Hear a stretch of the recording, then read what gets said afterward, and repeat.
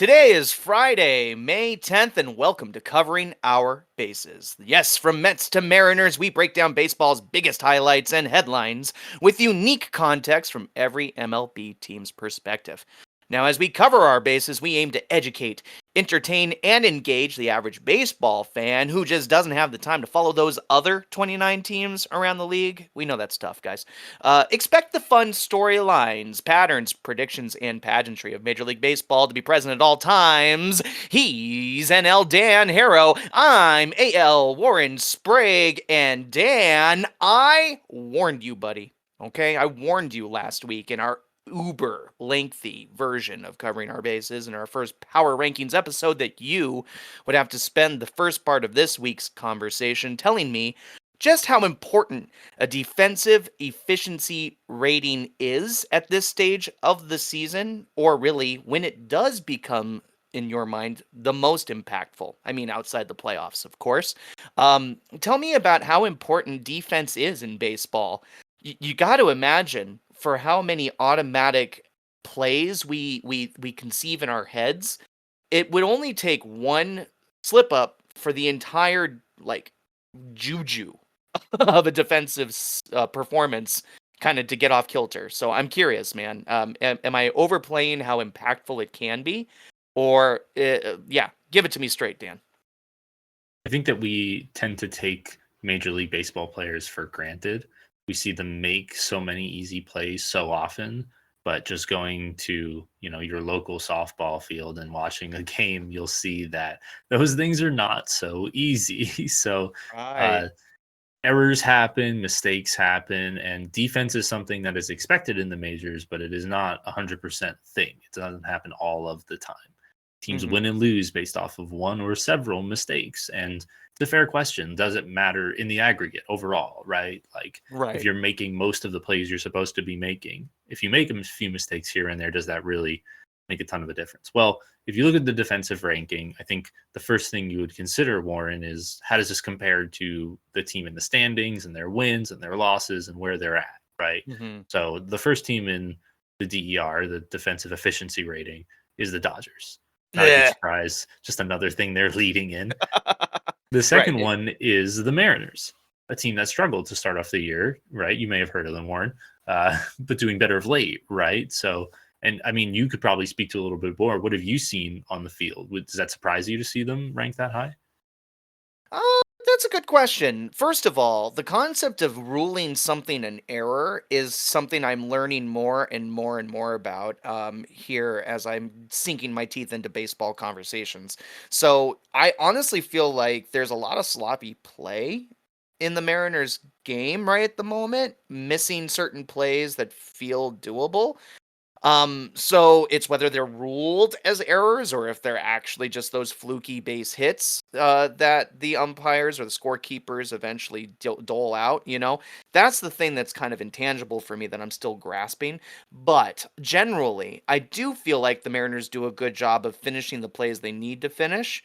But when there is a slip up, especially one that leads to a run, I do feel like it's a crippling hit again, the momentum of the game itself. So it's almost like we'll look for this to be something that causes them to give up this win. You know what I mean? Or a slippery slope of that nature. So, yeah, I feel like we're good. I didn't think we were that good. I didn't think we were number two. I really don't. So that's what led me to believe, like, hey, is this something that I can trust is going to lead to a playoff appearance? Or can you be a really great defensive team who doesn't make it? I mean, let's look at the efficiency rankings now. You see a couple teams that are certainly, cruddy. We've got the Pittsburgh Pirates at number 8. We've got the Los Angeles Angels at number 9. Those two teams are not, under most circumstances and in many brains, picks to be playoff contenders right at this moment. So, does it really speak to a whole lot of how their season's Well, going to go? It's hard to that's a say. good point, Warren. With those teams, especially, maybe it kind of shows that their defensive efficiency is winning them games, maybe some close games, maybe giving them a couple more wins than we would have seen. And I think we've seen that from the early hot start that the Pirates had. And Sure. I think we both could say the Angels have played pretty well in the field. And I think they've won more games than we probably expected them to at this point. And for the Mets, I would say for sure the same thing. And it probably shows the same in the inverse, right? If you look more towards the bottom, I mean, teams at the bottom include Washington and Colorado. That's not super surprising. It is a little surprising to see Houston so far down at the bottom. And kind of one of the other things that could mount on to their struggles, not playing well in the field, is contributing to that. I mean, they have the sixth fewest errors in the league. So why is their True. defensive efficiency rating so high if they also limit errors? And you'll also notice Houston is number 6 in the number of double plays they've executed this season. They have the sixth most. So what gives there, Dan? Yeah, so errors do end up being something that's scored on the field, and often it is kind of up in the air whether something's going to be ruled an error or a hit. And if something is ruled a hit and not an error, it could still affect the individual defensive efficiency rating of that player and therefore the whole team in the aggregate, right? So even if they're not necessarily making errors, they could still not be making plays on the field, and that could hurt them. And that is kind of an extreme case because you're right to point that out. Like, you don't see teams often in that. Colorado's right there with them, but other than that, they're kind of in their own category to be that far down. And you could say it's poor luck. You could say it's poor defense, I suppose. But either Yeah. way, I think you could agree that it does correlate to where they are in the standings quite a bit. And this is only the defensive rankings that we're looking at. So I think there is a correlation. I think it's fair to say that defense is pretty important. And it could be the difference in making a good team bad, a bad team a little better, or a great team not so great. But instead of it being a hard boundary, it really does seem like a subjective one, a soft one that is as arguable as some of the other decisions made throughout baseball. So, an interesting thought I couldn't help but want to pick at because I personally feel like defense in most sports can win you championships. And you know that pitching in baseball is maybe the key spot in defense, right? It is technically a defensive position, right? I would hope so. I would think so. Okay. So like I just wanted to see where those things kind of tied together between pitching and fielding. And really if you could help point me in the direction of like a tangible expectation. And it almost sounds like, Dan, you can't. Hmm? Can you, Dan? Hmm? Pretty tough. Pretty tough Ah. to have some tangible. You're right, Warren. Baseball Okay. is weird. Does that work for you? Is that tangible? That's my favorite thing about it. If you're not weird, you're forgettable is one of my key slogans. But hey, not forgettable was the 2 hour and 45-minute conversation you and I had last week, guys. And thank you to everybody who sunk their teeth in and got back into the swing of things with us after we took a bit of a hiatus to let 10 games for each team kind of elapse before we presented our first power rankings segment of the year. And we're going to do that a lot more often. We're trying to find a catchy name in there, by the way, guys. If you've got suggestions for how we might word our power rankings, since it's very unique, we kind of have two different perspectives really at war during this process. Please let us know down in the comments what you think we should call our power rankings because, I'm going to be the guy who's feeling where the teams are in the moment, looking at baseball from a broad perspective. And my boy Dan here, he's the guy who's going to be sifting through and fighting patterns and strange oddities for us to really take note of in each team's catalog of games. So we're going to have different approaches. And so maybe the 30th team didn't need to be Tampa last week. But they had such a bad week that I felt it was fair. Anyway, I don't need to over explain the concept again. We're about to do it for you after all. Do it. Now, between Dan and I, we decided that our favorite team's records should decide who drafts first as we get ready to share our 30th worst team in the league. Certainly one of the sinkers as well. And Dan, I guess this week I'll give you the honors of reminding us which team did better. Oh yeah, let me double check check's notes. Hang on here. Let's see. Oh, look, it's Seattle. Go ahead, Warren. Seattle's got the better record, so I will be naming my 30th team in the league. Dan will alternate with me back and forth until we get to our top 6 teams where our risers will be. And I'm excited, Dan, to speed run this week, guys. So buckle up.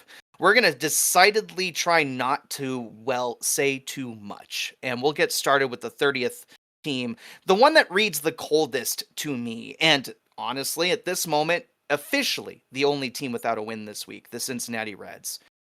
Dan, something's not working in Cincinnati. It feels that way, it smells that way, and the results look that way as they are swept back to back by a pair of teams that honestly had a shot at being speed bumps for them, right? Like we had the Baltimore Orioles come to town, and I hoped that the Cincinnati Reds would use their speed to kind of get the Baltimore Orioles uncomfortable, and I think they only stole 2 bases in their series, their 3-game series, and it just didn't amount to anything of merit. And then we just watched them drop 3 games in a row to the Diamondbacks, who I can't wait to talk about a little later in the show because they did have a better week.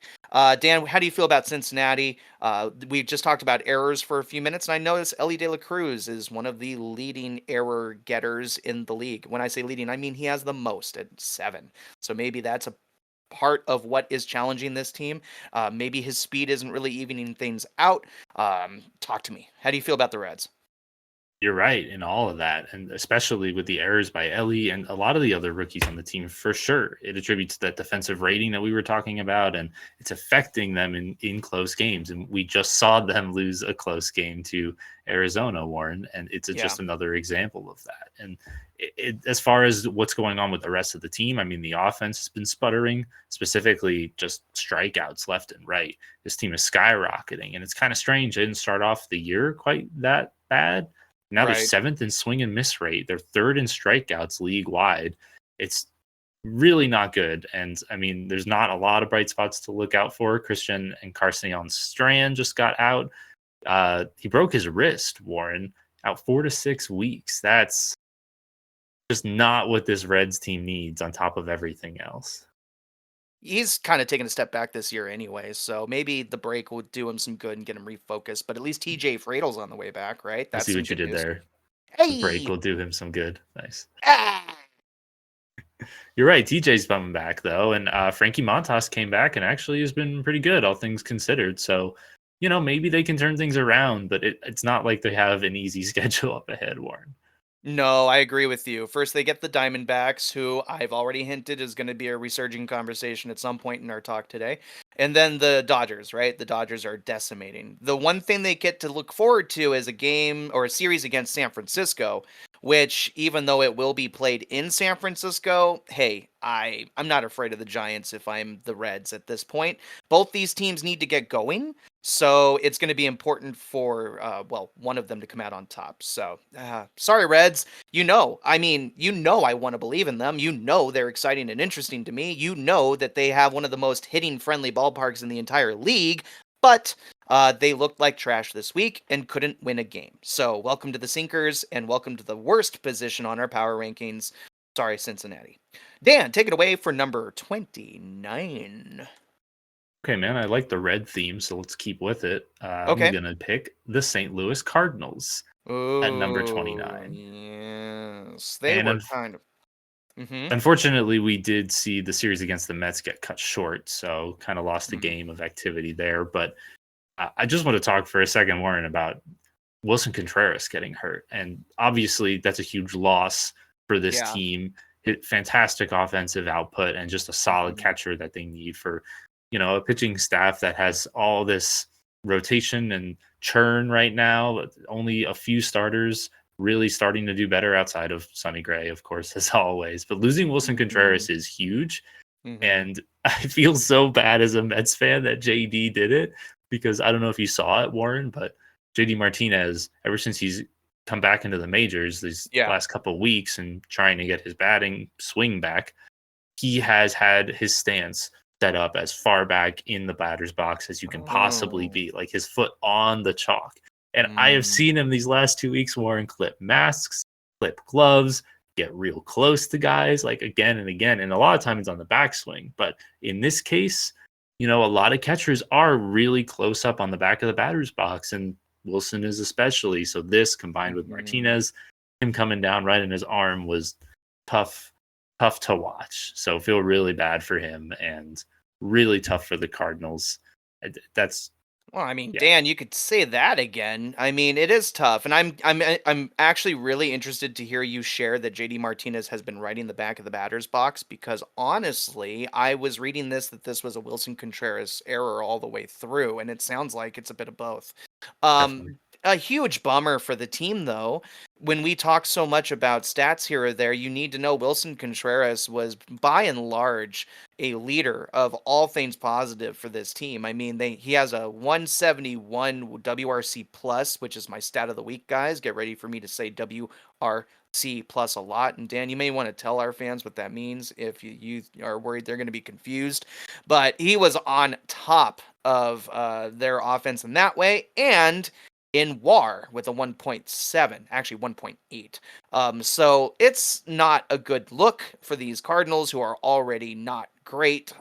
Yeah, the air is getting let out of their balloon fast, and there's really no reason to believe there's going to be a massive turnaround unless Arenado and Goldschmidt start doubling their output and matching Mason Wynn with how effective he's been. He's been really the only other bright spot on this squad. Cardinals are in the basement this week too. A deserving sinker. Too bad. Too bad. Too bad. I'm going to move us right along into pick number 28. Can't help it. Another team that read in worse straits as actually going to remain in the same division, Dan, because it's the Milwaukee Brewers who finally Oof. need to feel stressed about how their week went. Yeah, they had a bad week, Dan. I heard you oof your way through that, but the truth is at 2-4, they didn't play well, and they read to me as a team that is losing steam because it's about time their pitching injuries start catching up to them. And it really does feel like that's the case. However, this offense remains as powerful as ever. I mean, they've got 5 players with WRC plus boding well for them in Wilson Contreras, right? The other one, the younger one. Bryce Terrain with a 138. Willie Adames with a 129. He had a huge 3-run homer to win one of only the 2 games they did take this past week, by the way. That was really cool. Clutch game, great game for them to win that one. But largely, the team is just struggling to keep up with the offenses that they're facing as the pitching really starts to be a point of concern. They did go 2-4. Friendly reminder: they lost a really key series to the Cubs, who are co-leading in that division at the time, and then they also fell 1-2 to the Royals, who, no shame to losing to either of these two teams. They both look like vastly improved versions of themselves, or at least the Royals do from last year. Cubs at least a step ahead, I would say, of where the Brewers want to be right now, because the Cubs are starting to get a lot of their pitching strength back. But we'll talk about them later. I've rambled enough, Dan. What do you think about the Brewers and where they stand now? I think you said it. The pitching thing is still pretty concerning. Colin Ray is back and struggling, and there's not a lot of bright sides. Peralta is a little bit better in his last start, and Bryce Wilson was actually really good in the game that he came back for. But outside of that, it's all kind of falling apart. The injuries are mounting. I hate to say that the expectations I put on this team early in the year are starting to come into play, but it does very much feel that way. The Brewers have a couple of divisional matchups to coming up: St. Louis, Pittsburgh, Warren. These aren't going to be easy matchups for this team, and they're on another road trip, so I don't see things getting a lot better for them. Hopefully some key pieces get healthy, but I think you're right to have the Brewers this far down. Yeah, they're definitely on the bubble for losing the war of attrition against a Cubs team that's looking more ready to blaze past them at the moment, and that's a bummer. They could lose a good chunk of the season right now, and maybe win it back later with some injuries getting lifted. And by the way, guys, please, their offense is still fire. They have the 3rd most stolen bases in the game. They're really pushing the pressure at the moment, so it could be that they weather the storm, but they're going to have to score a lot of runs to do it.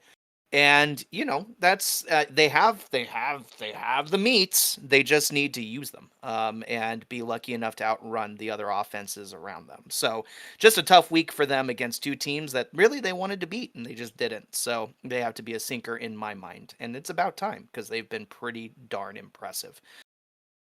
Hey Warren, speaking of the meats, you remind me of something. I feel like it's time we should check in on the BK burger counter. What do you think? I'm sorry, the Marlins were above anybody in this week's power ranking. Yeah. Yeah, please. Let's touch base in Miami, see how many home games they've won. Yeah, since last week, it's been a grand total of 0. Thanks a lot, Miami. No more burgers. And yeah, the Man. main thing to talk about with Miami after this 1-5 week, maybe the only good news is the trade return for Luis Ariz. And Oh, a lot of mixed opinions. It happened right after we finished last yeah. week because, of course, it did, Warren, right? The baseball Uh, gods are rewarding us with some awesome content obstacles for sure, but we're having fun weathering them. And yeah, that news broke right after that as you were editing. Oh, you poor guy. But what a move. Cannot wait to talk about the San Diego side of it. But yes, tell us about that return for one of the better hitters in the game who's already playing with a much better mindset in his new home. Definitely. And the word is that the Padres have actually been in on him since before the season started, and Miami was Mm, reluctant. And then with this recent skid, there was just no reason to put it off anymore. So the return is a couple of pretty good, highly rated outfield prospects coming hmm. out of San Diego. And also recent signing, the struggling right hand pitcher, Wook Suk Go, who signed to a Ah. 2-year contract and has not done super well with San Diego, has already been sent down to their minor systems. Miami will take his potential upside along with the others. And a lot of people on the San Diego side rate all these guys really highly. A lot of Mhm. scouts around the league are a little bit more surprised because they don't have quite high ratings on all of these players. But I think we're at a point now where Peter Bendix has made it pretty clear going forward that this team is going to go over some dramatic changes over the rest of this year and into next year. And we've seen him kind of do some good roster construction in Tampa Bay, so it wouldn't be surprising to see more pieces on the move. Not necessarily soon, I would say. Mhm. Definitely not soon. But, Warren, you talked about it a lot just entering the season when they started to struggle. How should we start looking at this team for Mhm. as a potential sell off, and when are they going to start moving pieces? And I was a little bit like, "Whoa, hang on, let them play some games." And well, they've Sure. they've played almost 40 games and they've only won 10. So they've seen enough, Oh. and it looks like there's going to be pieces up for sale here pretty soon. And yeah, I mean, as a team that hopes they'll be, buying as we get closer to the trade deadline, we all should be licking our chops for some of the talent that the Marlins do have buried under some pretty bad series of circumstances.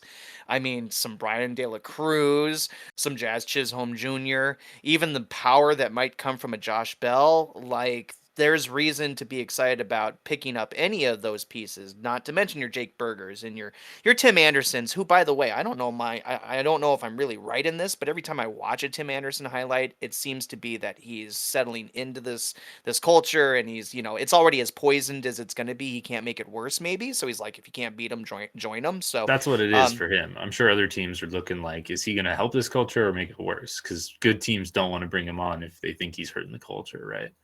well, oops, I guess I made him a punchline after all. But the Marlins are playing like it, so we'll just let that lie. You know who needs to lie down already, and there are worse teams I could be putting in this spot, just letting you know. But the next team I have to talk about because I'm just over them at the moment, and I have no faith that they're going to be anybody I want to watch for much longer. Then San Francisco Giants are poopy. They're poopy, poopy bottom. Okay, they lost all four chances they had to take one against Philadelphia, and they just got swept out of the rug, right out from under those Phillies. Just not a good baseball team, and not one I'm excited to think about much longer, even in this talk. They did lose Jorge Soler to injury. Yeah. He's going to the IL. So there goes your big 30, home run guy. Like, oh, there goes all that hype.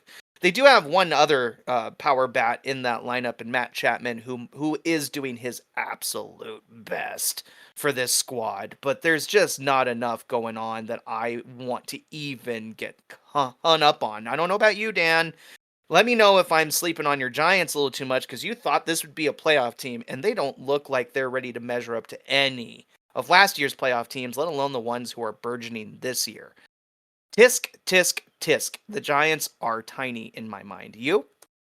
Yeah, it's underperformances just left, right, and center all over the roster. And they did squeeze a couple wins out of cores, but I think that's just kind of minimum expectation. at this Right. point, and they're going to Yeah. want at least 2 out of 3, if not all 3, the next time they see them next week. Um, Exactly. but the pitching side, some things are a little bit more promising. The top, definitely in Kyle Harrison, Jordan Hicks, Logan Webb. Yeah. We're seeing improved performances across the board from all of them. Mhm. But you kind of said it, and I got to point it out again. Like the home run ball, we saw Conforto popping, and he still leads the team with 6. That was weeks ago that he was leading the team. Oh. So uh, it still looks like they have that same struggle we talked about. I don't think they're going to have that 20 home run hitter, Warren. I don't think it's going to happen for him this year. And it looks like the Padres are going in right now, maybe trying to usurp Arizona for that second spot behind LA. And the Giants are, yeah, absolutely falling adrift and falling fast. Yeah, and, Jun Hoo Lee was touted to be somebody that some others thought were going to be a National League MVP candidate, and we're not seeing it, as he's still just slightly above average with a 90 WRC plus. And as a matter of fact, I need to put my foot out of my mouth because Matt Chapman isn't the one who's trying his best. He's only got a 74 WRC plus. He's worse than average, guys, is what that means. In case you need to know, 100 means your average. So you're 74, you're about 25% less than average. But who is leading the way is that Michael Conforto guy you mentioned. He is playing above what you'd expect him to be playing, but he's the only guy doing it.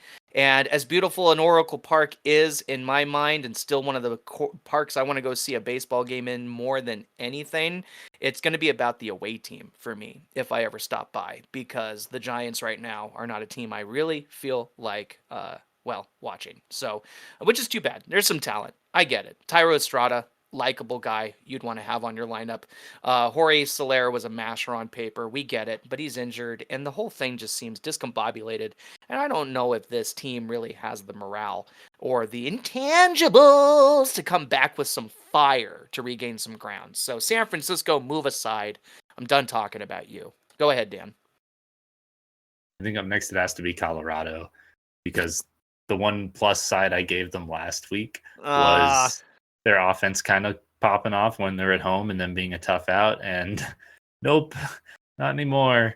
Yeah, that's just kind of completely disappeared. So I don't even really have a lot to say about Colorado, Warren. Just that, like, why aren't they doing what Miami's doing? At least they're doing something. Come on, like, free Charlie Blackman.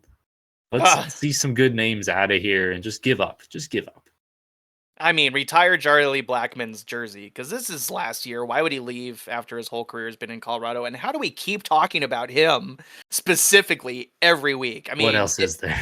I know. There's nothing except thank you to the Colorado Rockies fans for keeping this franchise alive. You still show up, you still pay your money, you still celebrate being in the ballpark, which is so beautiful. You guys deserve a better baseball culture. So I hope you start thinking that way and stop going to your baseball games until the team decides that they're worth investing in.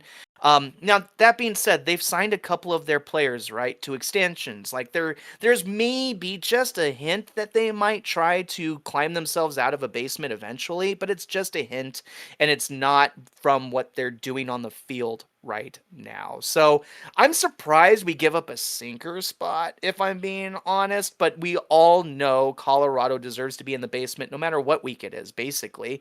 So we might as well put them there this week. So I believe you, man. It's time. It would be really cool to see them get some wins against Texas or the Padres or the Giants on the road in the next couple of series, but it's not believable. There's no reason to, grab a One magnifying more. glass. Let me throw one last stat at you, Warren, Okay. about Colorado. 5 of their starting 9 players are hitting below the Mendoza line over this last week. And that Mendoza line, please. This is me needing a friendly reminder because I don't hit it every time. Where is that? So the Mendoza line is a 200 batting average, which is considered like the absolute league minimum. Like if you're below that, you probably shouldn't be in the major leagues over a period of time. Oh, And yeah, sure. that's with them playing at home in Colorado. And like we've talked about how, maybe they're going to sacrifice pitching and just really focus on good fielding and power bats, and not happening. So yeah. I will give some love to the Rockies. I will say they have more players with a plus 100 WRC plus than the Mariners do, as shocking as that is. I mean, we're focused on offense here, guys. I think that has to be the case with WRC plus. Anyway, they have two. Elias Diaz, who was an all-star catcher for them last year, sits just above average at 109, but it's Ryan McMahon. Poor old Ryan McMahon, who's going down with the rocking and reeling Rockies, as he bats a 128, which isn't lighting the world on fire, but at least he's above average. So my heart goes out to those who want to see Colorado win baseball games and just don't get it. They don't get it year in and year out. That seems rough to me. That's rough. Rough place to be. But Dan, a couple of these other teams that were garbage this week could have been sinkers because their stock was a little bit higher, right? We had a little bit more faith in them. We are now outside the true official sinker portion of our show. These teams are still pretty bad this week, though, and I think I'm going to shoot first at a team that's a little less predictable for me to target, and that's Detroit. I think the Detroit Tigers had a bad week, It's the and first AL team on the list, Warren. that's true. And yeah, I know, I don't think this was the worst AL team in the entire, or that this is the worst AL team in the entire league, because that's objectively wrong. But the Tigers had one of the more disappointing weeks. And if you need a friendly reminder of why, here we go. They were humbled, right? These scrappy Tigers were humbled by the New York Yankees, who, if you remember, you placed at 13th last week. So not necessarily a top five team last week, but played against the Tigers like a top five team in sweeping them right out of the series. And then they did get a nice explosion from their offense to take a game from Cleveland, who was looking to bounce back after being the first team in a while to lose a series to the Astros this past week. And I know I overreacted quite a bit. And a little wink on that Houston team, by the way. I bet they're coming up soon. Anyway, Detroit just couldn't quite get it done enough to win against some teams that are pretty much circled in the playoff race out in the American League. And that's why they have to be a little lower this week. You wanted to see more, but Detroit has been a team that has been working awfully darn hard to look like they can beat just about anybody. And they have had a puncher's chance to this point, which is why this week just reads extra disappointing. Wouldn't you agree, though, when you look at those results, Dan? Yeah, I think you're right, and I think this really kind of speaks to how young this team is, and they really are a young Yes. team, and this is Yes. opportunity for them to kind of grow. And it's a challenging division, which is probably exactly the kind of challenge that they need. So Yeah. I think it's fair to say, though, Warren, what's also fair to say is Tarek Skubal is the Yeah. hottest pitcher in MLB right now, especially these last few days. I mean, in his last start, the dude had 12 strikeouts through 6 innings. Absolute flamethrower, and he's been a guaranteed win for every start that he's had. Detroit's at least done that for him, and that's pretty awesome. Which makes me wonder what happens if Detroit doesn't win enough games around Tariq, and, well, they might want to get rid of some of their pieces at some point. Can you imagine? There's so I don't many know. teams.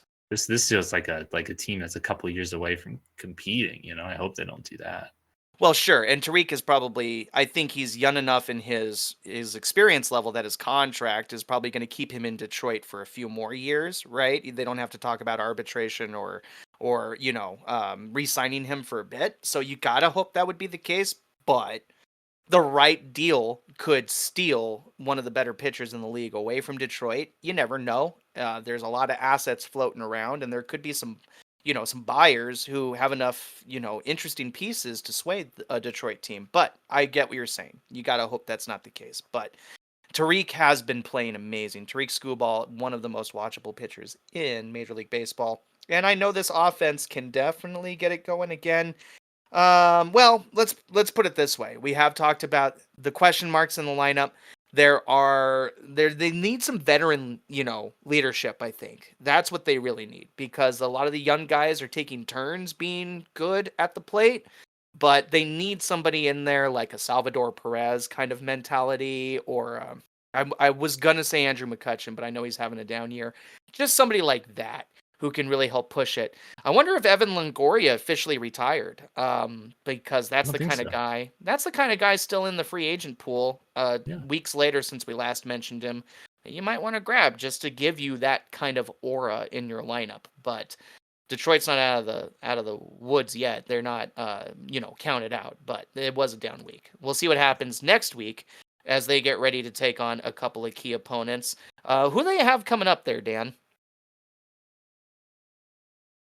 I'm ready for that. Sorry. No, you're okay. I was trying to find uh, my bookmark. the Tigers have Houston coming up next, and then Yes, Miami coming to town before taking a trip to there it is. Arizona. Mm-hmm.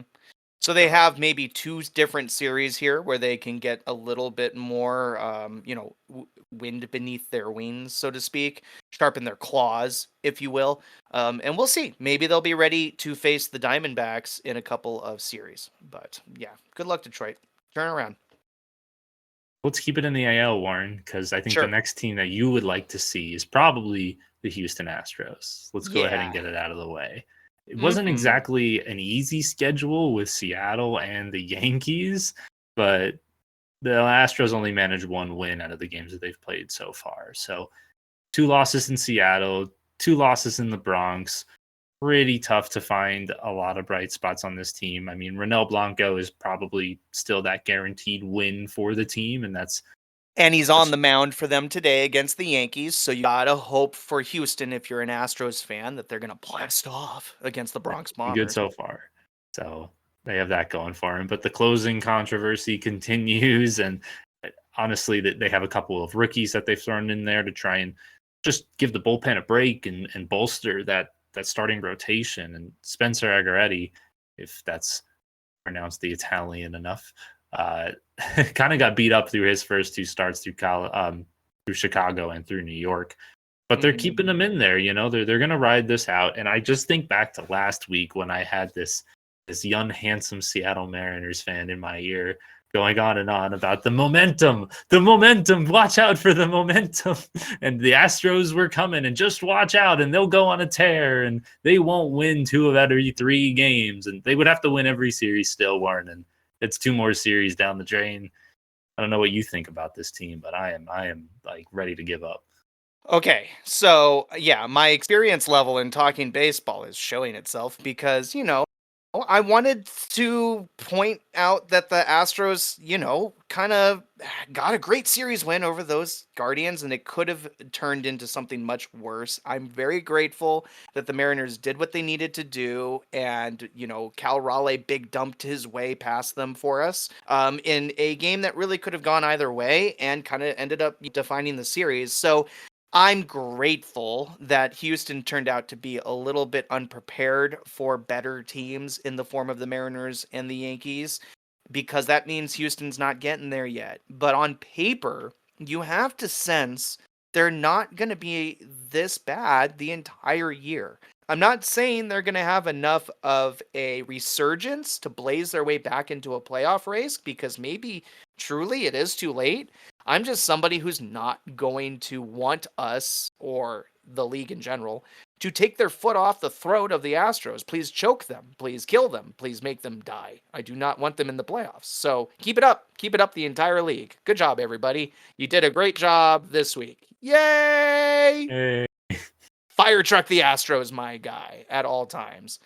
Why would I try any harder to talk about the Astros now? Let's move on to another team in the AL who suffered a rough week, especially after being one of our big six risers. Yeah, we got to kind of point out that the Boston Red Sox failed their attempts to stop some pretty potent teams this past week. And I'm gonna put them next in their place, their rankings here at number 22 is where we're sitting. The Boston Red Sox did lose a pretty important series, first to the Twins, who are just too darn hot for them, right?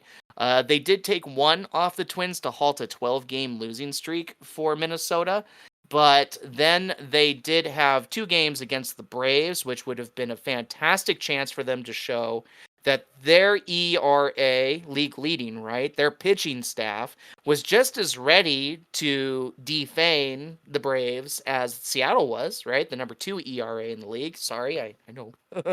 But anyway, they didn't. They just didn't. The Braves blew right by them, looking just as dominant offensively as they tend to. And so Boston needs to be put in their place a little bit and reminded that they're still growing and on the rise and that they've had a great first part of the series or season. But Dan, you mentioned that it wasn't sustainable. Is this week the beginning of that showing its colors? Yeah, I think it is. And it says Ah, something when Jaron Duran is the only player that has played every game for you so early in the season. It's really tough to watch. Devers has been really good this week, and when he's playing well, they play well, and so right. that's pretty encouraging. But I think it's all just starting to mount, and it's the pitching side of things has still been pretty great. To be honest, you mentioned some of the guys that are still doing great work, and Cutter Crawford is still just awesome to watch. I don't know if you've watched a game with him yet, Warren, but you have to if you haven't, Yeah. because Yeah. great baseball. He's already up to 46 strikeouts, so basically 9 Ks per nine. So definitely a must watch in that situation. But yeah, schedule coming up doesn't look like it's really going to be a lot easier for them in matchups against Washington and Tampa Bay. Two Mm-hmm. teams that could really use a rebound, and Boston's looking like that rebound team right now, right? That one on the schedule Ooh. that you're like, hey, that's when X team comes back. Yeah, and I would like to say the Washington Nationals are a team we'll talk about later because they haven't been very disappointing. They're very interesting and are running the stolen base game well. So yeah, not an easy out. And then Tampa thought they looked like they were getting ready to go belly up, but then had a great week. So we're yet to talk about them too. The good news for these Red Sox is then they'll get the St. Louis Cardinals, and the Cardinals just look like a team that most teams are ready to take on. So maybe that will be good for them at the tail end of the week. But Boston really looked to you to have a better week, and you didn't. So you are in our bottom third of the rankings this week. So sorry. Maybe you'll rise again next week. Oh, Daniel. Oh, Daniel. Warren, I hear. You know what your favorite Las Vegas card game is? did Hold'em? Oh, I was going for blackjack because we're looking for Oh. 21 right at the moment. We want 21 all the way. Can you give us number 21 in our rankings? Oh, I thought you were gonna go for Texas there and make a clever wordplay. Um, I'm not 21, yeah, clever. sure, 21. Let's do it. I can't think of a good connecting point of 21, but you know what, Warren? I gotta say, a team that disappointed me this week and has to eat that bottom third of the rankings is the Atlanta Braves, and it's not because I'm a Mets fan. It's because they deserve it. Going two and Oh, three this past week and getting swept by the big brother Dodgers, Warren. We talked about this. We said at the start of the year that the Braves' only real barometer is the Dodgers, in the National League at least. And they got swept, Warren. It wasn't even close. And I don't care about the two makeup games they got over Boston, which we just had behind them in the rankings, right? There's no right. saving grace for this Braves team for me. It will be motivation for them when they will face the Dodgers again later in the season. But I don't know about you. This is like it's a punch in the teeth, and it should hurt the Braves more than anyone else in the league. Yeah, you know what, Dan? I actually thought in the back of my mind, what if Dan does take the Braves and put them a little lower? Because I feel that intangible storyline you're talking about all too well. I too remember so much how we harped on the fact that the Braves barometer needed to be the Dodgers. And if you wanted to win the National League, if you wanted to go to the World Series, if you wanted to be the best team in baseball, you'd have to beat the Dodgers. And they didn't in 3 chances. And so I thought, I wouldn't be surprised if you did this, and you have. So I agree with you. They just sort of failed at their mission so far. They have to look at it that way. They're not ready. And then they go out and they barn burn the Boston Red Sox and their, league leading ERA to say, no, we will not stand for this. We're ready to go. I would think guys like Ronald Acuna Jr., who've been having a tougher start to the season on this Braves offense, and watching Marcelo Ozuna carry them, really and honestly, like I would think they're woken up, they're hungry, they're mad, they are piping mad. I mean, especially after what happened last year. So they already came into the season with a chip on their shoulder, and the Dodgers dismissed it. So I don't blame you for putting them low.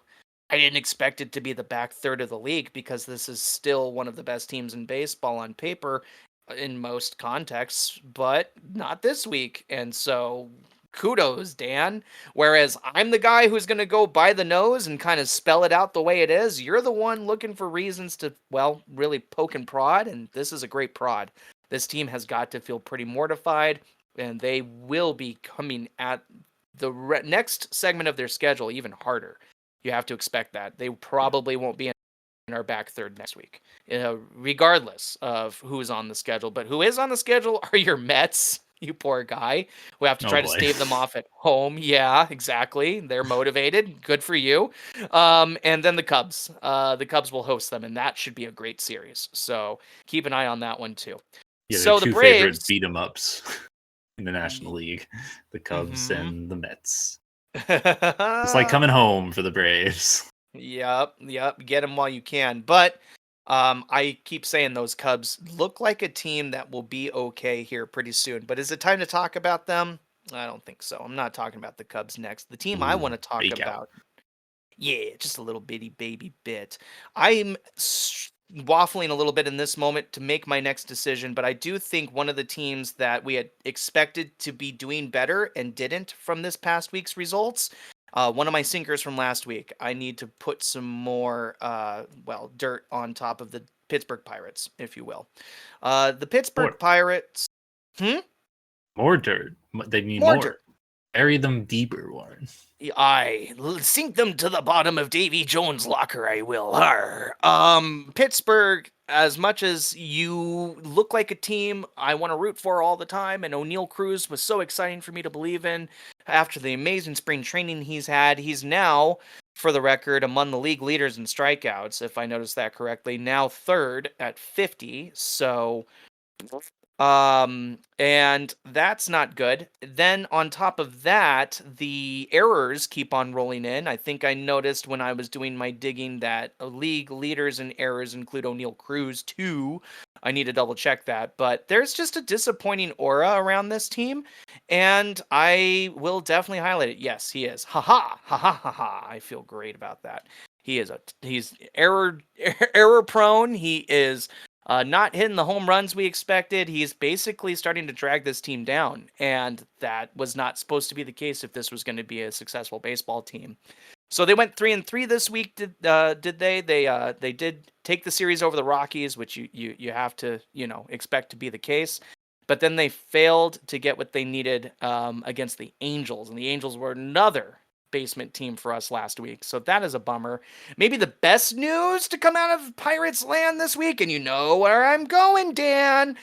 We have a call up at long last. Paul Skeens is yes. Paul Skeens is going to join what has been honestly a relatively surprisingly good rotation, so that Pittsburgh can get maybe a little bit stronger where it counts most, and that is run prevention.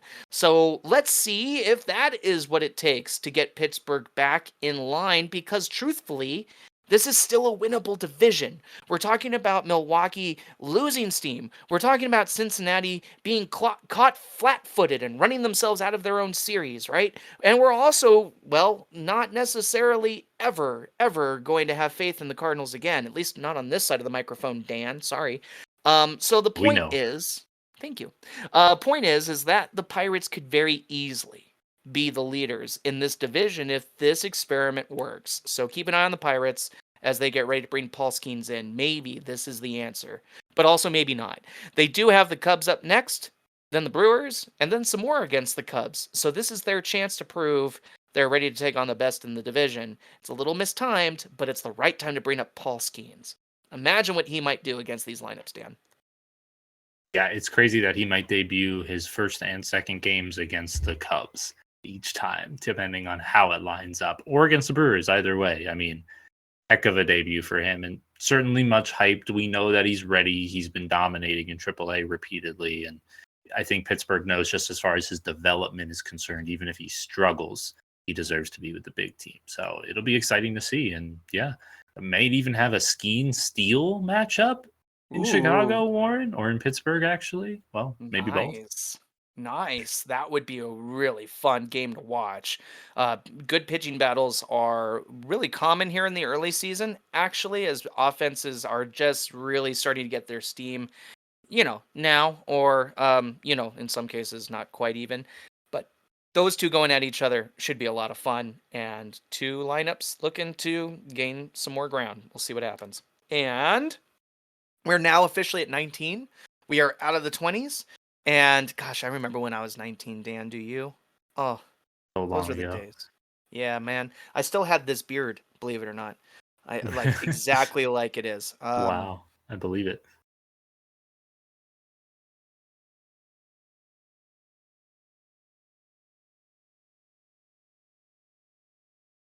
And now that we've taken a nice deep breath and gone over to a commercial break with Colgate toothpaste, Dan Harrow, number 19, falls to you, my friend. Who is next amongst, well, the middle portion of our lineup? I think next we're still talking about struggling teams, so I think we got to say the Toronto Blue Jays, Warren, still not Mm, really doing well enough to put it all together. They went 2-3 this past week, and the bullpen is the thing that is now clearly holding the team back because we mm-hmm, can go on and on about the batting. We've done that a lot in the last several weeks, mm-hmm, Warren, and to be mm-hmm, honest, they only have I believe they only have one guy that's south of the Mendoza line at this point. Only have mm-hmm, one guy that's even close to 300 and Justin Turner hitting 270. So not a lot's changed on that side of things, but they are producing a little bit better. And the bullpen is what has been costing them games lately. So mm-hmm, still strong starts. We talked about the starting staff, but we've had some kind of shocking issues from guys like uh, Garcia, Pearson, and I think recently Mitch White had a save opportunity that was blown late. So a lot of opportunity for the Jays late in games being sacrificed by the bullpen. And it's kind of what we talked about before. If you're not going to overpower a team in one way, you have to win in all of the little ways. And after a tough week, the Blue Jays schedule does not get any easier in a very tough division where they're trying to stay close to 500. They still find themselves in fifth place in the AL East. So I don't know about you, Warren, but I feel like the Blue Jays still have to be pretty low in our rankings this week. Yeah, you have a good point. This is a team that needs to start winning their series, and they had a favorable matchup against Washington, at least on paper, and that's a big reason, why Washington is surprising is they keep winning those situations here or there. They're like the National Athletics, if you will. National League Athletics, in case you couldn't get what I was trying to do there. But anyway, so they get the win over Toronto there, and then Toronto does split their series against Philadelphia, and that right there, Dan, is really the biggest encouraging thing I have to say about Toronto is that their fans can at least sleep well knowing that their team can beat both those teams at least once. Philadelphia is a darn good team who are among the strikeout leaders in the league. And so being able to win one from them is something you can at least go, okay, at least it's one. But that's literally all I got for you. I think Vlad Guerrero's starting to warm up. He is above average at the plate right at the moment. It's Bo Bichette who might be the most disappointing part of their offense right now. Dalton Varsho continues to do quite well, but it is Justin Turner who's leading the way in one of the most amazing examples of why you can't count a guy out by their age in baseball that I could think Absolutely. of. Yeah, this is just an amazing year for him. And so Toronto, I just don't know what to say. It's like it's yours to lose and you're losing it. So I just gotta think they gotta make moves, and which stinks because they've made a ton of moves. Like this should be working in their mind. I know, and it's not. So I don't need to really like they're doing it to themselves, man. I don't need to talk about it. Good luck T Ronto figuring it out, but it's going to be hard. You've got the hottest team in baseball next, Minnesota. Then you've got the hottest team not in Minnesota some more. And then you've got the hottest team that looked like they were going to lose last week and did better than we expected this week. So that's the Tampa Bay Rays. Everybody's hot. So you're not. Good luck, Toronto. You need to turn it around now. You need to turn it around now. Get Yep. hot. Get hot. Yeah. Oh well. So another team to talk about this week, one that's kind of in the middle of it all, but trending downward. Tad, I'm going to have to shoot at the Chicago White Sox. I mean, it's surprising we haven't talked about them yet, so we might as well get done. The Chicago White Sox are the Athletics' choice for the worst team in the league, and that is understandable. They're going to be sitting at 18 for me, and they're just a bad baseball team. Dan, go ahead. Talk about the Chicago White Sox. Hey man, they went 3-3 this past week. All of a sudden, they got more wins than Colorado. They're just one behind Miami, more Yeah, home wins than Miami. yeah. So yeah, for me, I understand having them low, but I think they're right where they belong. They are not the worst team in the league. No chance. Not after winning 3 games this week. Come on. Well, yeah, and two of them were against the Cardinals. So I get to be happy about that. I didn't look to see if the Lance Lynn matchup happened. Do you? I bet you didn't either because these two teams are way off our No, bubbles. but I'm sure Lynn did great, Warren. Yeah, sure he did. But yeah, Chicago did go 3-3. They're congrats to you for picking up three more. Just not enough for them to be above anybody else in our discussion today. And the truth is well, Chris Flexen's on this team. I remember that. And I don't remember much else. So I'm gonna say we don't have to, if you don't want to, scrape up any more else about Chicago. Um, they do Flexen got have 8 Ks in his last start through 6 innings. So Stop. I don't want to talk about Flexen playing better than he ever did in Seattle, okay? I don't. oh, I do want to talk about how the White Sox will need to keep their positive momentum going if they, well, I mean, what version of positive momentum we can suggest belongs to the White Sox. But we can encourage them against the Cleveland Guardians, who have 4 games with them this upcoming week. And then they also have to try to decide where Washington stands. The Nationals could probably win 2 of 3, maybe more from them. And then the Yankees are up next. So two of these three teams are circled as playoff contenders, and that's not going to bode well for the Chicago White Sox. Look for them to be in the red next week, of course. But we won't be surprised. At least I won't be. Dano, number 17, right, is the scorching number now. Who is in your hot seat for just above the middle portion of our records? Warren, it's May. And May is whipping month in baseball. It's Okay. Mustache May, where Right? teams go on runs and where teams get run over. And next team gonna have to be the New York Mets because Whoa. they're getting a little bit run over. A couple tough series against Tampa Bay, and they all of a sudden that surging offense is starting to cool down massively, and that hot pitching core is starting to struggle against over 500 teams, and even the Cardinals we really struggled against before that last rain out. Mhm. And I'm just seeing a lot of the streakiness we've talked about. Pete Alonso is mired in a deep slump, and he did hit a home run in his last game against the Cardinals, but he still is slumping. And it's nice to see Lindor playing well, but it's just like I told you, Warren. The streaks they end in certain places and they pop off in other places in the lineup. Yeah. So it's just inconsistency amongst the batting, pitching side of things. Not a lot has really changed. We called up a rookie, Christian Scott. He struggled for about 3 minutes in his first start, and then he was electric the rest of the way, which is actually really exciting. Mets are Sure. really deep on their pipeline of pitching prospects, so it's good to see them hit on somebody. Well, I guess it's too soon to call it a hit, but really good first start. So we'll see how he can manage as he keeps going. And going forward, a lot of divisional matchups against Atlanta and 2 against Philly. So not exactly an easy schedule coming up. You mentioned the Braves are pissed off and their favorite punching bags are coming around, so I'm not looking Yeah. forward to this. And all I can hope is, you know what, JD, stand a little further back in the box in Atlanta and Philly.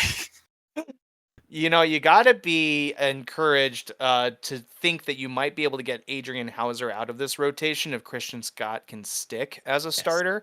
Adrian Hauser's 8.16 ERA, the most disappointing in your starting rotation, to say the least. But the pitching is in the process of getting rebuilt. Of course, the Kodai Senga watch continues. It's got to be any day now, right, Dan? Couple weeks. Yeah. And when he does come back, it could do enough to make this one of the better rotations in at least the division. Top 3. When you talk about Philadelphia and Okay. Atlanta, they're probably still superior, but still. And even then, they're probably above average in the National League, I'd say. And the numbers back that up. This is consistently a top 10 pitching staff. So, in some cases, more. I'm not worried about the Mets, especially when they get some more health coming back, especially if they can dismiss Hauser from the rotation, as I was mentioning.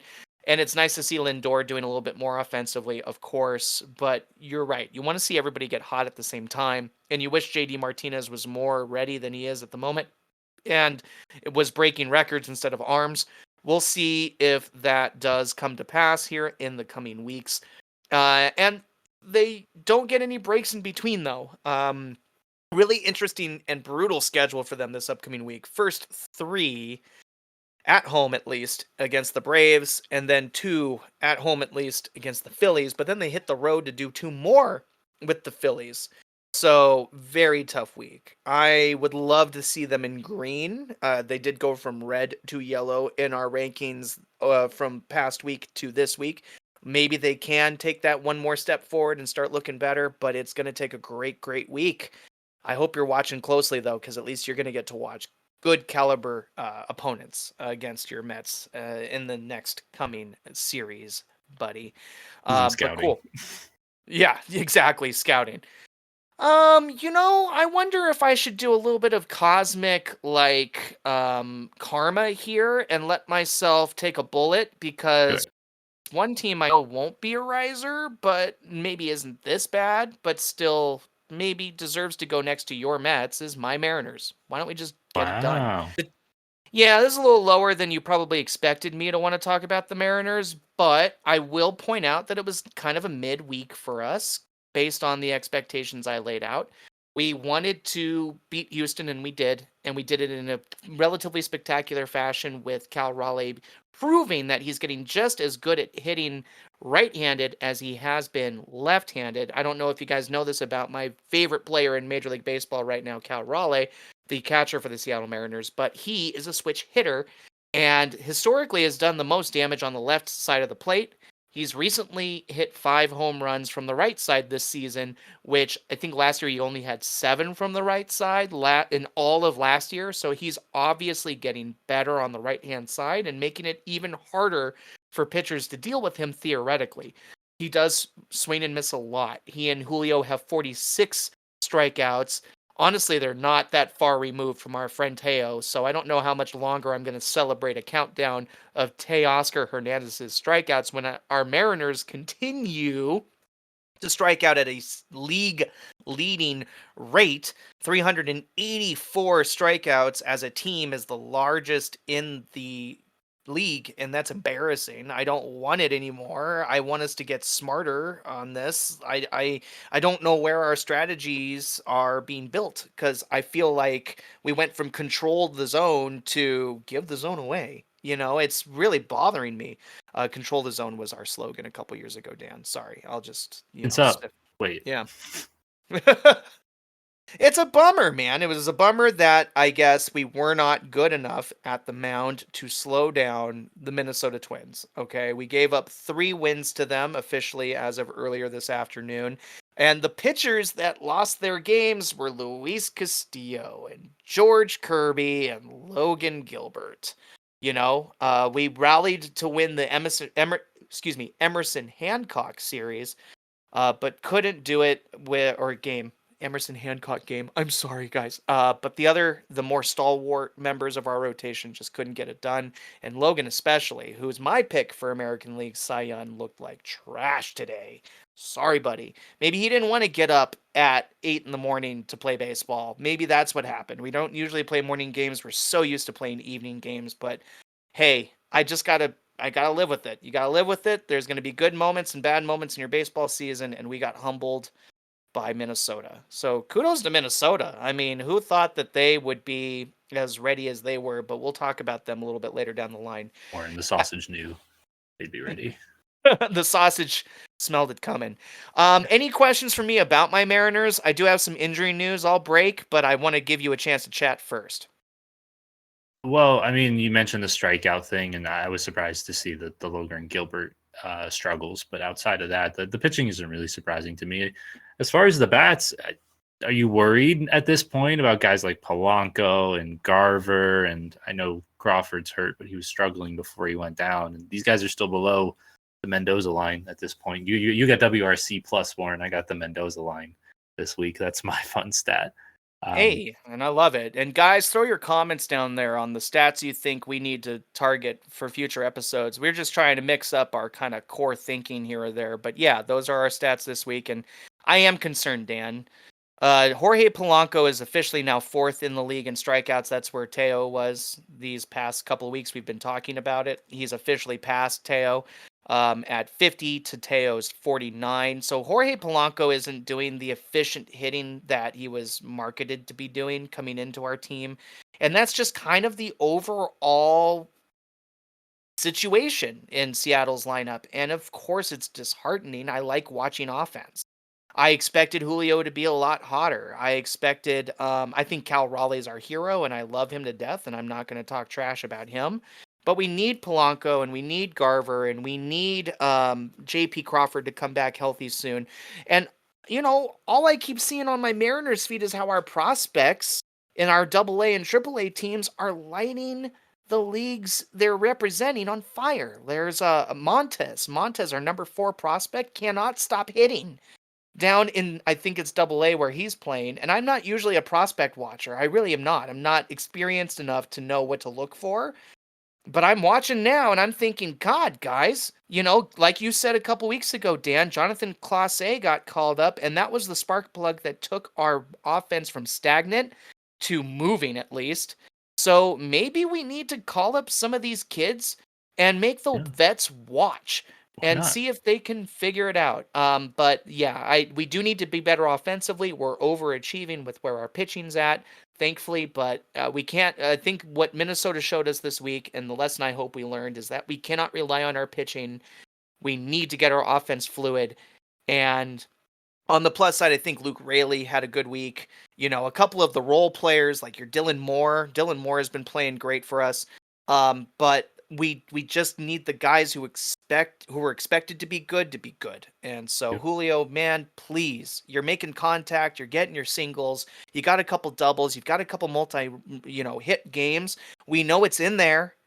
Start lifting it and sending it flying, my guy. You know how to do it. So get out of your head. The whole team is in its head still. We definitely do that. Stop it.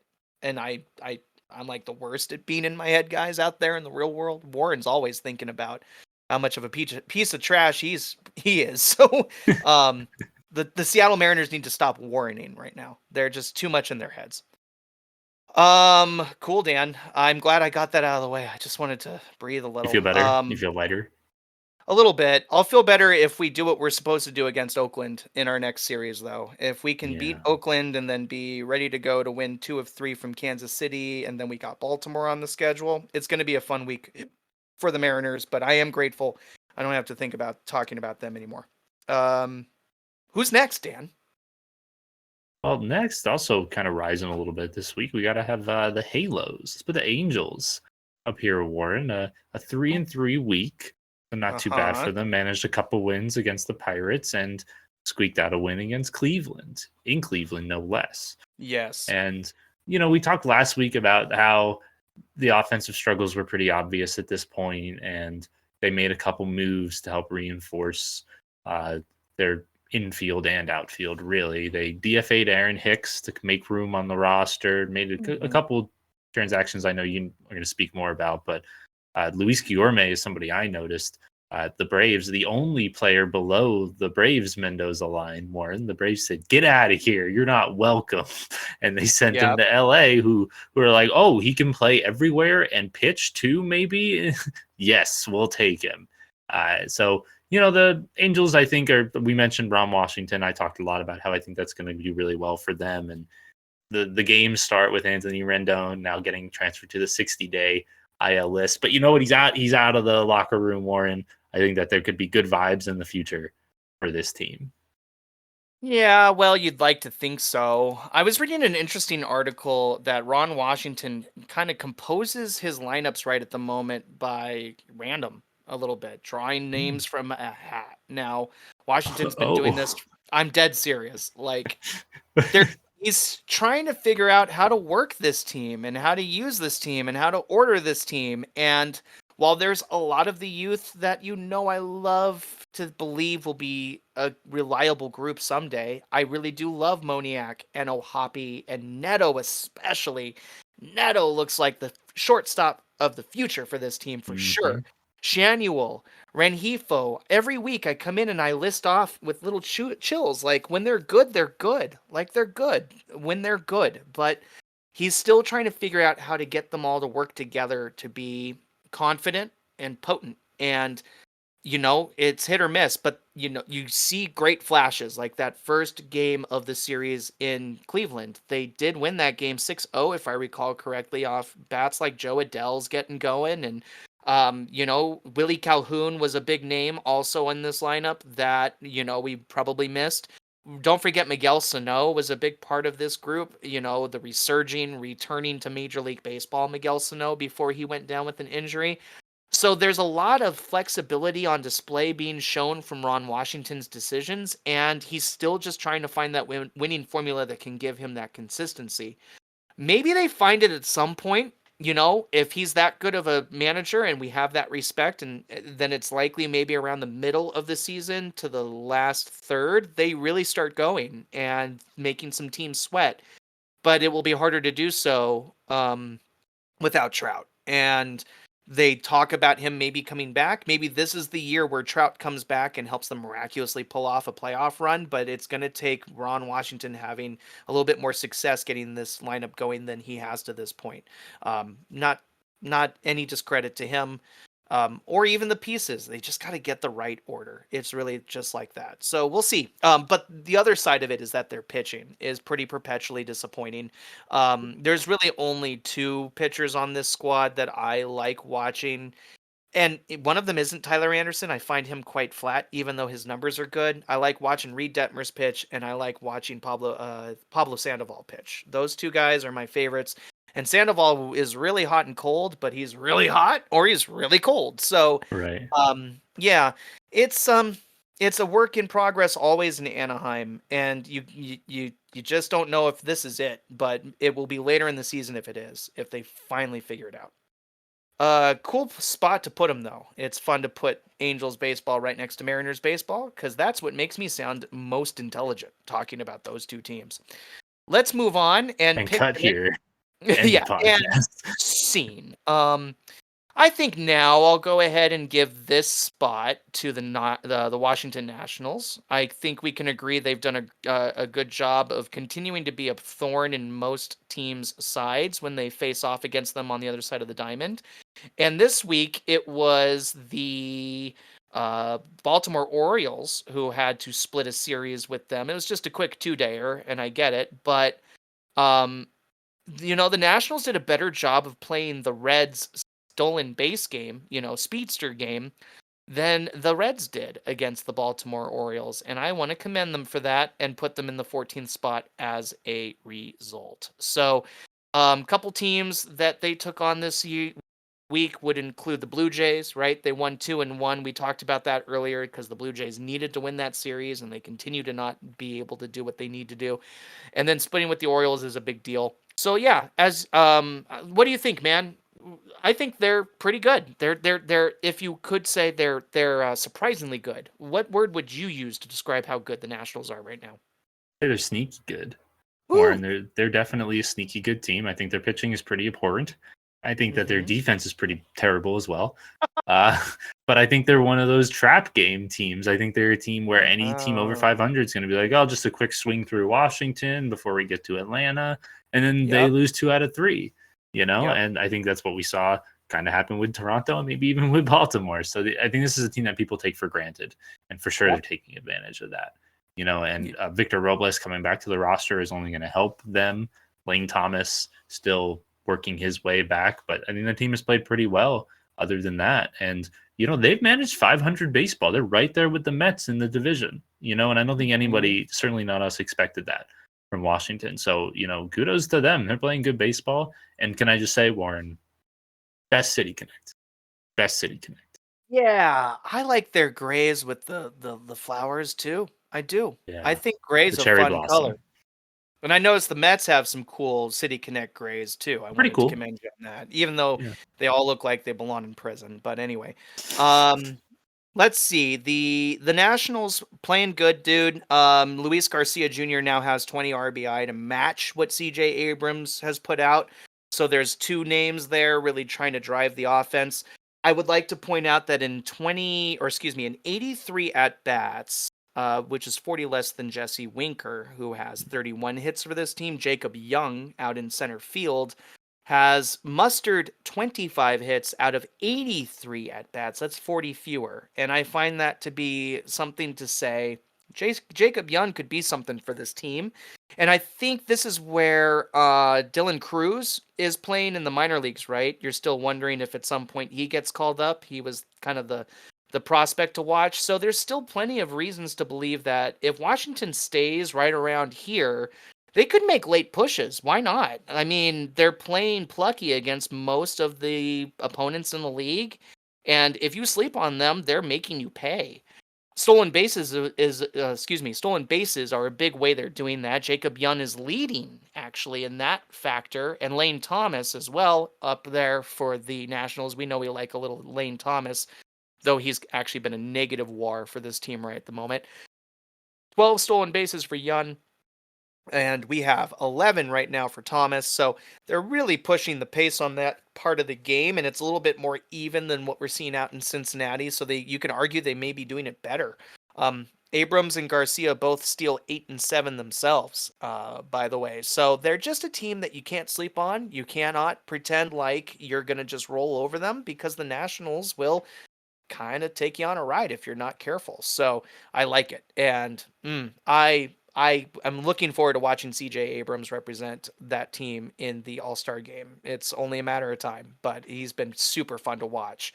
One of the better up and rising players in the league right now. Maybe outside, maybe definitely. Jackson Churio comes to mind as Yes, somebody. Yeah, he's been great. Oh, and Bryce Terrain for that that's Brewers team. true. Anyway, I had a Swipester. chance to talk about him before, but I didn't. Okay. So Nationals belong here. Wouldn't you agree?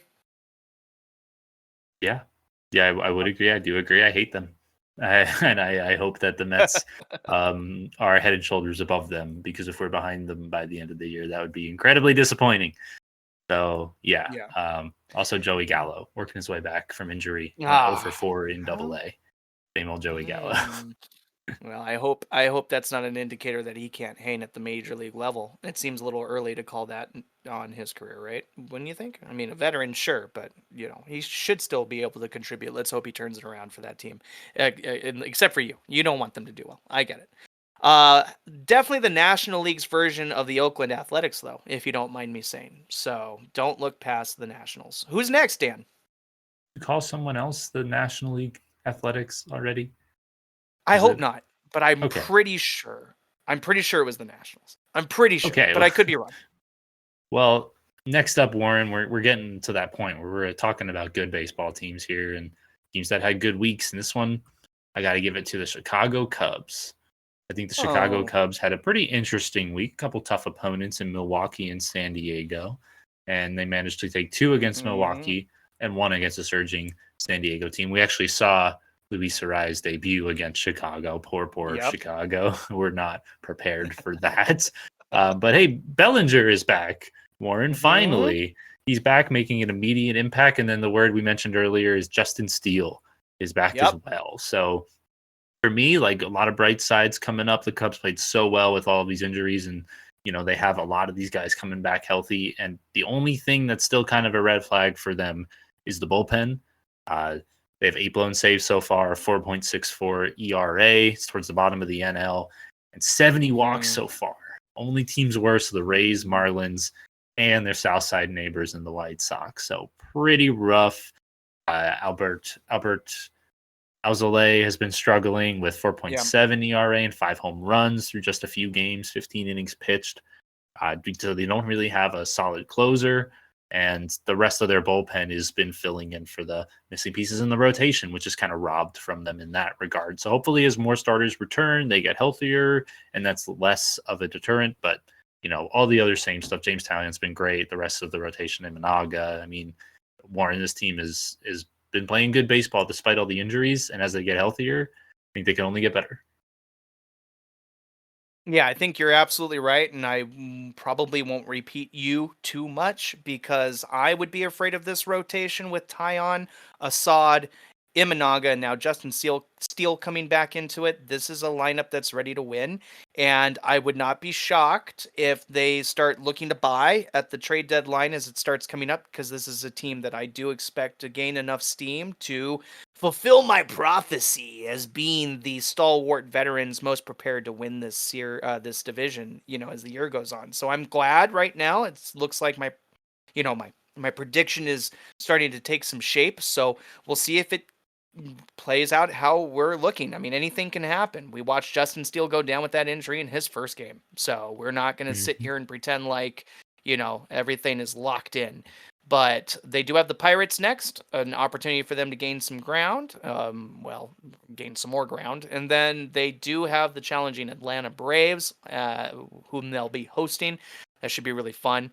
They'll get one more series with the Pirates on the road, or no, at home, excuse me, to follow that matchup with the Braves. So lots of Pirates for the Cubs coming up, and that can be a great opportunity for them to see that, to help shove Pittsburgh even further down right now. That's important, but also make sure they're ready for those Braves. That's huge. So that's going to be a great series. One of the ones I think I'm most excited about this upcoming week for absolute sure. I'm a little surprised the Chicago Cubs came in this point of our count, only because I could argue them being maybe the 10th best team in baseball. Not a team I can argue being the 11th, not a team I can argue to be the in the top 10 is the Oakland Athletics. They do need to go here at number 12. They are the American League's Oakland Athletics. If you recall what I've been talking about the Nationals, that's just me pretending to be funny for a second. Oh, I know. You should be.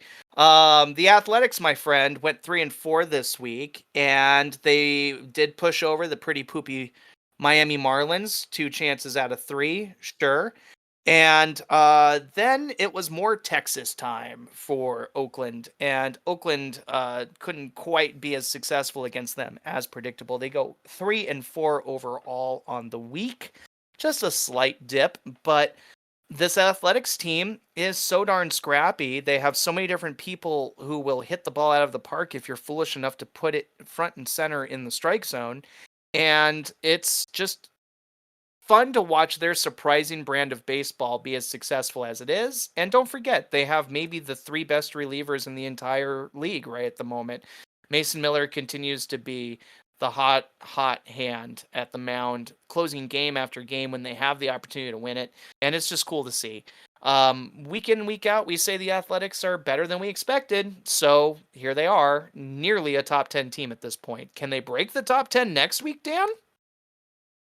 They might be able to with the offensive production we've been seeing recently from Rooker, from Langoliers, and from Toro alone. Like, we got 2 of those guys at OPS is over 1,400, Warren. I mean, they have been rolling. Even JD Davis has been kicking it in lately. And overall, JJ this team is, Bleday. it's been really impressive to see. And I think that they are on the rise. I wouldn't be surprised to see them in the top 10, especially if they can win some of these matchups coming up. Yep. Abraham Toro's been their their team leader in WRC plus for the record at 134. Who'd have thought? Not a Not no name me. anymore. I Abraham Toro. agree.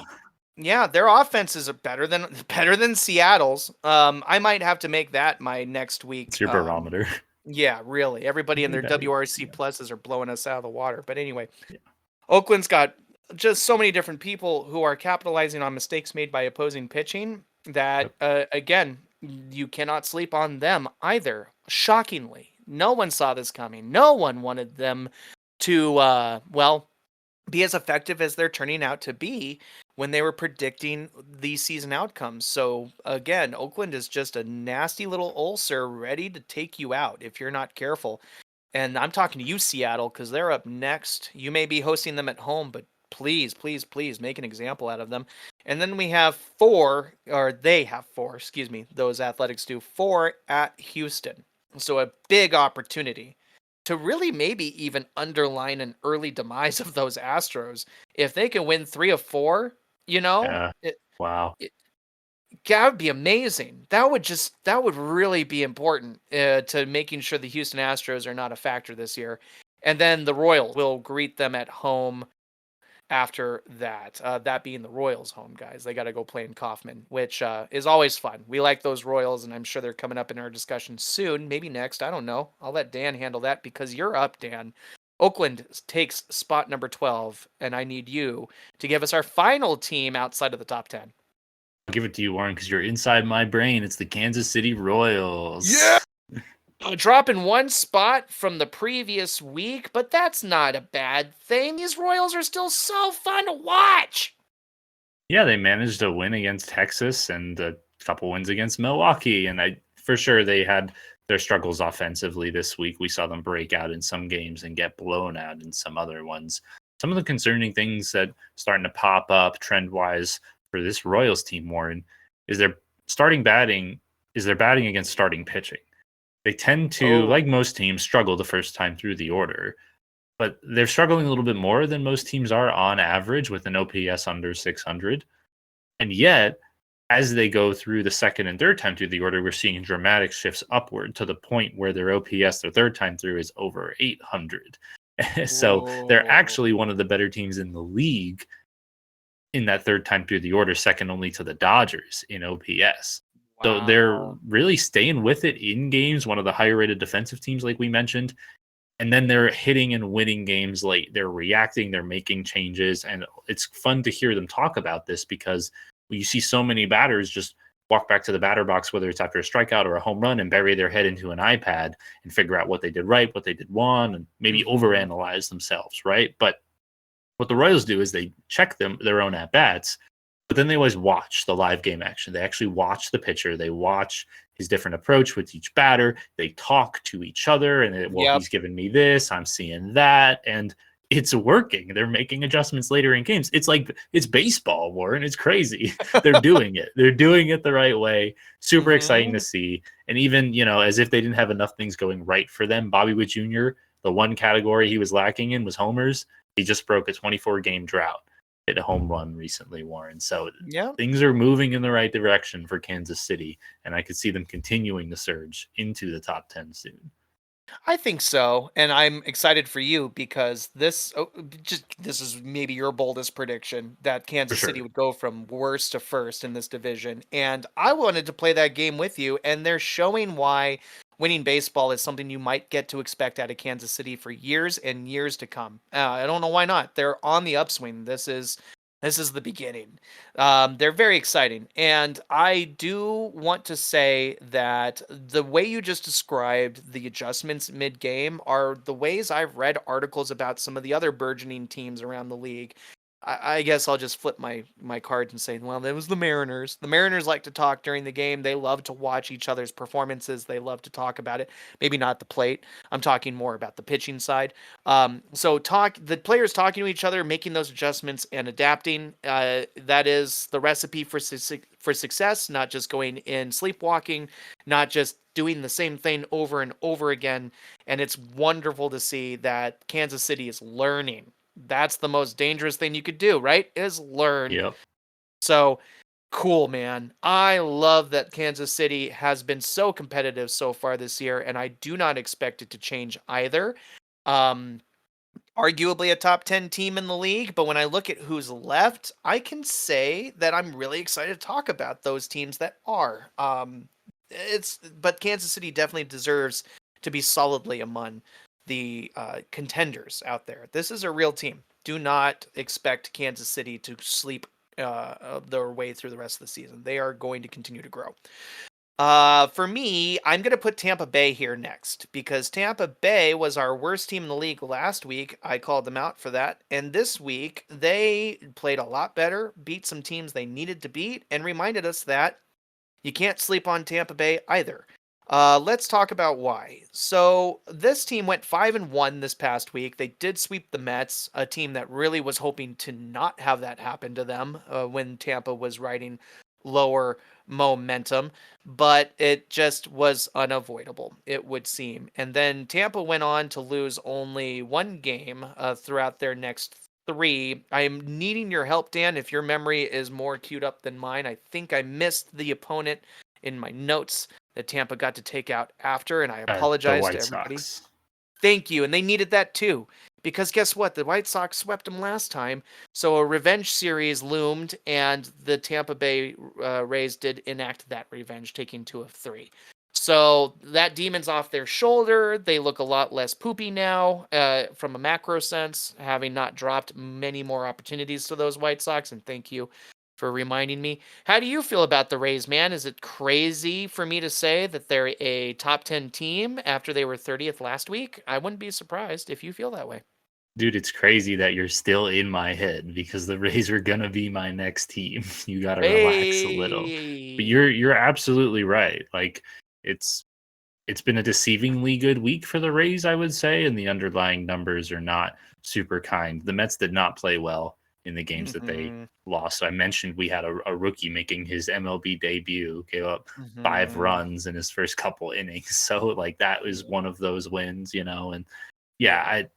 the Rays just they make me nervous. It also makes me nervous that Ryan Pepiot has been the bright spot of the Mm-hmm. staff, and now he's going onto the IL. Luckily Yeah. Taj Bradley's coming off at the same time, but that is not an Mm-hmm. improvement for this Rays team. And you look ahead and I see the Dodgers, the Yankees, the Braves, a lot of strong teams coming around the corner for them. So I don't know that things are really going to get much better soon, but I can just say, you know what, that offense is still good. You can't deny that the offensive numbers, they still are being carried by some of their stronger hitters. And you know what, ride it as long as you can, Tampa Bay, before it catches up to you.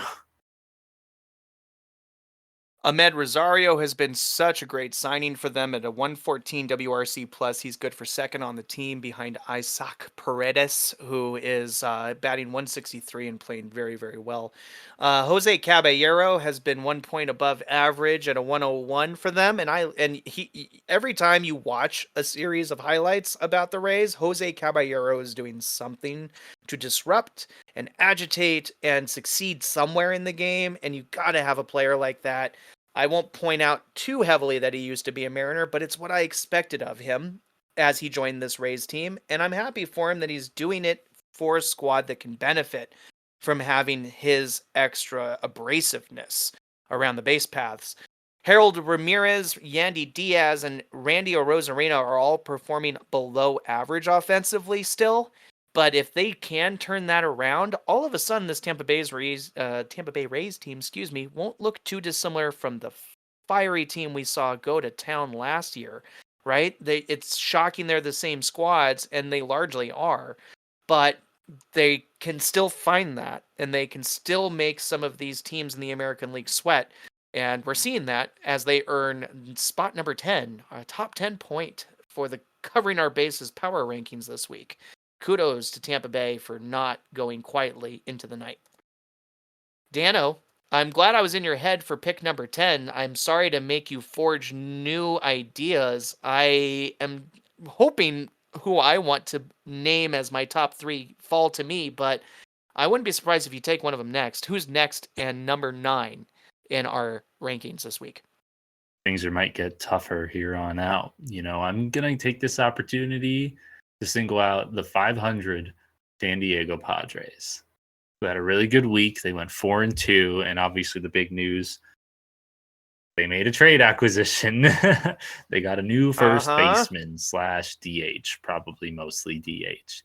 Luis Ariz debuted for the Padres. He went 4 for 4 in his debut against Chicago, Warren, which is Mm, awesome. And he's truly rescued from Miami. yes. And it's awesome for him, and it's great acquisition for Miami. And I talked about earlier, there was talk that they have been inquiring about him for a while, since beyond when the season started in spring training. So it's cool to see that they've been in on that.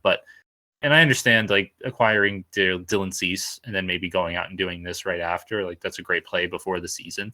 It's still Mm-hmm. surprising to me. I feel like they really need more help from the pitching side of things. And I was surprised they didn't make a move in that direction. And then making this move makes me wonder, is that a direction that they'll make as they go a little bit further. And, we'll see how their pitching does up against the big scary Dodgers this coming week. I don't know what about you, Warren, but I think that the next couple months of the season, it might dictate whether the Padres are really like all in on this year and if they could make some more moves. Well, yes, and I think they're showing themselves to be along the lines of Los Angeles Angels territory last year, where you're just doing everything you can to stay in the game. This seems like a San Diego Padres team that absolutely does wish to win, in complete counteraction to what we were perceiving right before the season started. You were talking to me about how a payroll that just dumped so much couldn't possibly put itself out there as a promising contender, and they've reversed that script hard and fast.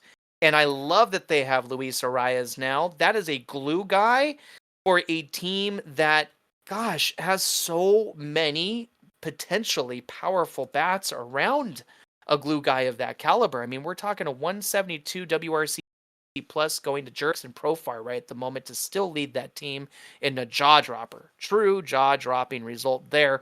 But then Jake Cronenworth is second for this squad at 149. Who'd have thought? You'd think it would be Tatis. You'd think it would be Machado. And those guys are also, don't get me wrong, playing at an above average offensive clip at 127 and 102 respectively. Barely in the case of Machado, guys. I get it. But Hassan Kim is also barely above average at 101. Jackson Merrill's at 104. Luis Campusano has been a revelation at 110. This is, don't mention it. Even before Arias, this is one of the most potent offenses in baseball. Who would have thought? But it's here, and it's happening. And they haven't even needed Xander Bogaerts to be Xander Bogaerts for that to happen. So, guys, this is a dangerous San Diego squad that wants to win baseball games, and they were going to be a riser of mine, Dan. So you have sinking my riser. But it is still great to see Padres playing top 10 baseball. It's good for the division. It's good for the National League. It's good to see somebody rising who might make these Dodgers sweat when the games matter most. So it's exciting stuff, and we're going to get to see a little bit of a sample of what it could look like come playoff time when these Dodgers do indeed come to town to Petco. And that series starts tonight. So I hope you're watching. Let's enjoy it. And then Colorado, easy wins. And then Atlanta. So another fun matchup there. And that will be 4 for the Padres against Atlanta. Watch that series, guys. Watch it. It is time for the 8th best team in baseball as we are rounding the third base, I would say. You know, we're making our way towards the end of our show. And here lies really the best of the best of the best, sir. Who should get to go now but the Arizona Diamondbacks? I think they do get to be called risers after having a winning week. We were a little concerned that maybe they wouldn't be rebounding back anytime soon, but they played well and needed to this week in order to be in this position. Let's chat about the fact that they did take that 1 or 2 loss, the 1 and 2 series loss to the Padres, who were with Arias and showing off their new toy. Can't really blame the Diamondbacks for dropping 2 against that team, but they had a winning record against everybody else, you see. So Corbin Carroll got 5 RBIs in a recent win on the Reds this past Tuesday, and that's what you would love to see. You want to see Corbin Carroll getting going. He hasn't been to this point. He also got a clutch single to score the game-winning run against the Reds today, or yesterday, Thursday, whichever you wish. And that is big deal. If Corbin Carroll can get going, that's huge. But the biggest thing I'm really grateful for, dude, is that Uncle Paul is back. Oh, Uncle Paul Finally. Sewald. Yeah. The biggest glaring weakness to this Arizona team has been the back part of their rotation, or not rotation, excuse me, their bullpen. The closers, they haven't had Paul to this point. And with him on the mound to close games, it at least is going to be more successful than it's been. I'm not going to say Paul's going to win every time. We've seen that in the World Series, that he's probably got some trauma somewhere in here from that. But he is going to win regular season games as he did today, closing out the sweep on the Reds. And that's just a good sign for Diamondbacks. It's time for them to start winning some baseball games, and I think they will now with the back part of their bullpen getting tightened up. How do you feel about the Diamondbacks, Dan? They spread out their offense pretty well. Corbin Carroll could get going and help. The rotation still needs to get a little healthier. It was great to see a 7-inning outing recently from Jordan Montgomery, giving up only the 2 runs to secure a win for them earlier in the week. So, generally going well. What do you think? Yeah, Corbin Carroll, after getting knocked all the way down to like the batting 8th or ninth, is slowly sliding his way back up the batting order, which is great. It's going to help his confidence. And, the other guys are doing what they're supposed to do. Ketel Marte has been great this past week. And you mentioned Paul Sewald. He actually got the save in his first start, 2 strikeouts, and ended the game on 10 pitches. Pretty great to see, and that's huge for them. And it's great because the guy that was his replacement, Kevin Ginkel, was really good in his stead. 5 out of 7 save opportunities, a 2.57 ERA. Him just taking a step back and acting as the setup, like you mentioned, it just makes the bullpen so much deeper. And yeah, you actually took this team from me, Warren. This was one of my risers. So I think you definitely have them good in the right spot up here. And, that we've seen them struggle in the past this year, and maybe they're starting to put it together now. But I want to see a couple more weeks of consistency before I'm ready to maybe lock them into a top 5 spot. I agree with you. I mean, you want to see Corbin Carroll get even better. You want to see Lourdes Gurriel rebound. He's definitely taken a monster step back since we were, seeing his praises in the opening weeks of the season.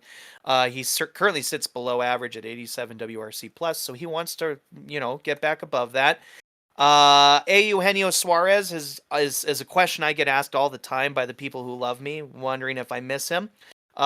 He's not been doing what he could be doing to really make that deal look like a golden one. Has Eugenio Suarez at third base. He's only hitting 85 WRC plus, so you do want to get that above average. Can he? We don't know.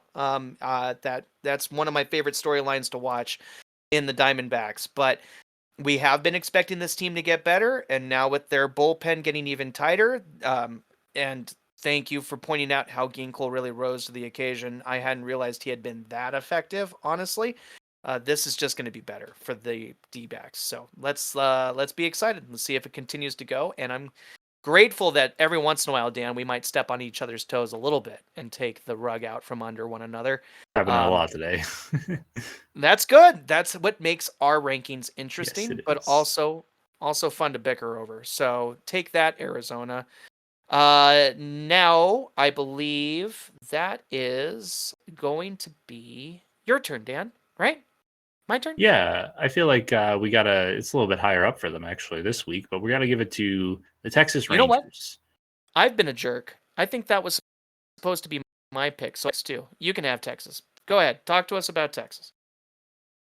Because I Oh, I had the we? Padres, and you had the Diamondbacks, and then, we No, can't I even had the remember how to Padres. alternate. Wait, did you have the Padres and I had the Yeah, Diamondbacks? Okay. yeah, Okay, so we're doing it yeah. You're right. good. Sorry, man. My Everything's fine. bad, No guys. worries. We're wrapping it up before our risers. And I did forget to mention earlier that if we have whoever's team had the best record picking first, that does mean that the other person will get to pick the top team. I guess it would be the last team That is available kind of for the fun. week. So yeah, that's kind of funny, right? But yeah, Or for they me, have it's to argue for a team they didn't expect to have to. yes. Right? I hope With the last one you're going. gonna do that to me every week because it's always gonna be you. But We'll no, see. I don't know about that. it's got to be Texas, Warren. It has to be the Texas Rangers because they went 4-2 this week. And I know what you're thinking. Who cares? But let me tell you, they beat the Kansas City Royals twice. All right. Right. And we've talked about how that team has been surging. And then they played 4 games against Oakland and took 3 of them. They split a doubleheader, which, hey, you know what? I'll take it. You split a doubleheader. That's fine. They won Yeah. every other game that they've played. They're taking a little vacation this weekend, Warren. They're going to Colorado. I think they're going to hit the golf range, see some mountains, hit as many home runs as they can against the Rockies 3 nights in a row. Like, you know how it goes when you go to Colorado as a baseball team, right? So Yeah. the only thing that's kind of and I should mention Jack Leiter is probably going to make his second start. this weekend. So that's something exciting to see. But we should point out that though the team is doing pretty well, we know about the injuries that they've suffered so far into the season. They're kind of mounting at this point now. Wyatt Langford popped the hammy. Warren is going to miss 3 to 4 weeks. And their best pitcher Too outside bad. John Gray, Nathan Eovaldi, is now on the 15-day IL. Hopefully it's nothing serious, just to deal with some soreness, and hopefully he can come back totally fine. But the injuries are starting to creep up on Texas a little bit here, Warren. Yeah, and I have to tell you this, man. It's maybe the best thing about the beginning part of the season from a Mariners standpoint is watching this entire division really not be as dominant as they could be. And Mm. that opens the door right at the moment with these injuries for Seattle to continue to kind of haphazardly maintain a spot near the top of this division. But I wouldn't be shocked if Oakland really starts to make a push right at the moment. Um, because Houston's not doing it, and the Angels are still literally trying to figure themselves out. So, like, something's working in Oakland, and now I mean, this division's wide open. With Texas not being at full strength. It's just the way it is. Even still, they've got plenty in their toolkit, tons of different ways they can try to adapt and make this work, and probably will. They're the defending champions. They've got so many resources. So the only thing they may not have is the ability to sign more, right? Didn't we talk about the Yes. fact that it seems like their budget ain't great, or they would have just grabbed Jordan Montgomery to begin with? Yeah, they're up So against it. the thing is yeah, they've got the tools in their toolkit, and it's just a matter of deciding how best to make it work so that they can weather each storm as it comes. And I mean, if that isn't the name of the game in baseball, I don't know what is.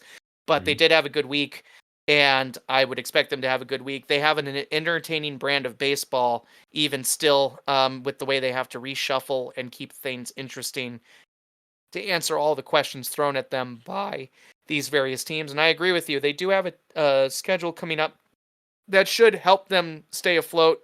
They will likely make Colorado cry. They will likely send the Angels down below. And in between, the Guardians will be a great test for them. And that is another one of those series you just can't wait to watch as the week progresses.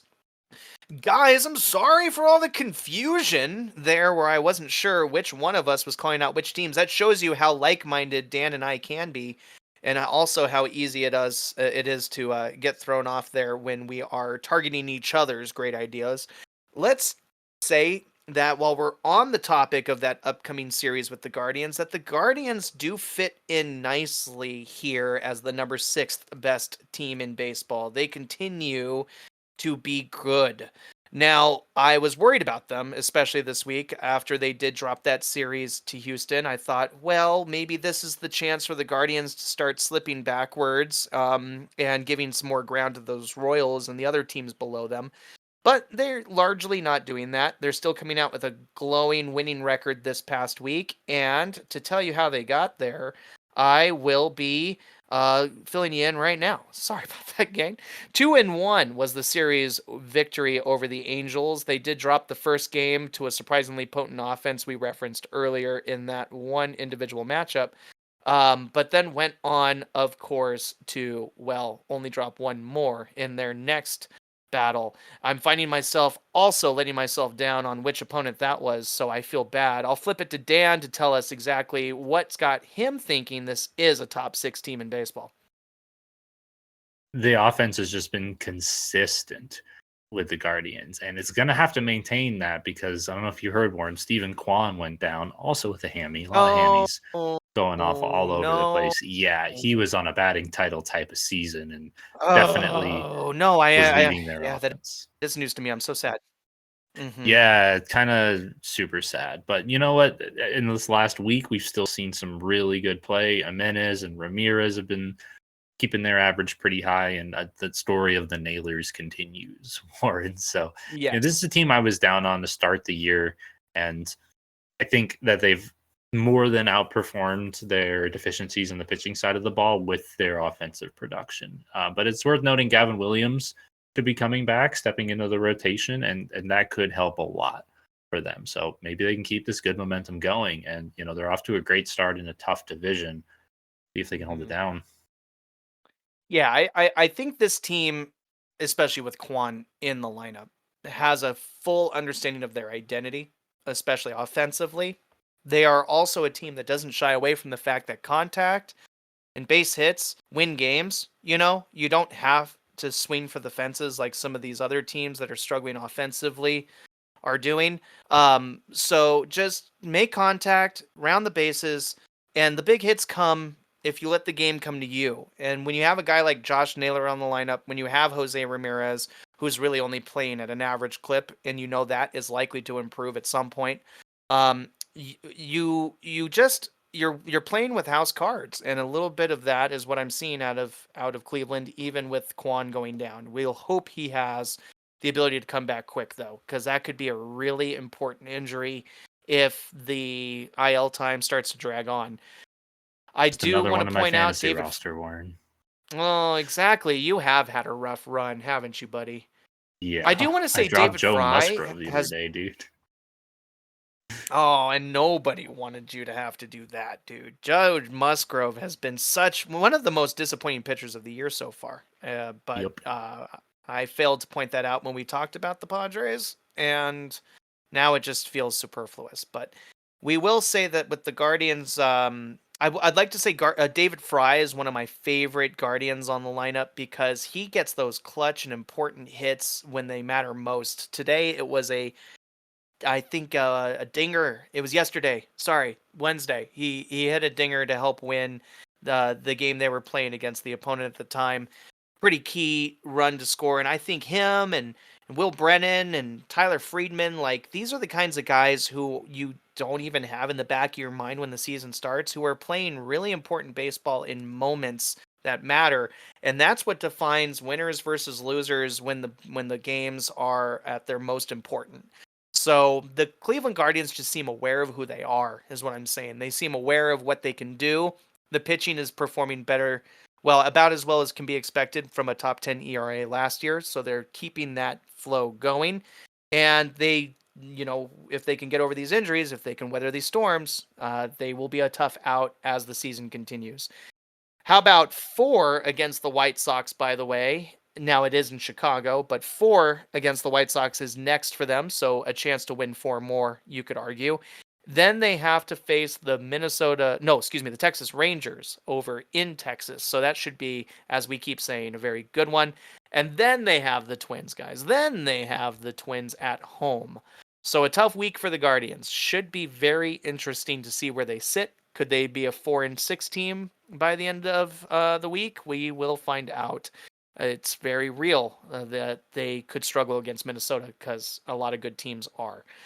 And what else on Cleveland, Dan? Did we do it?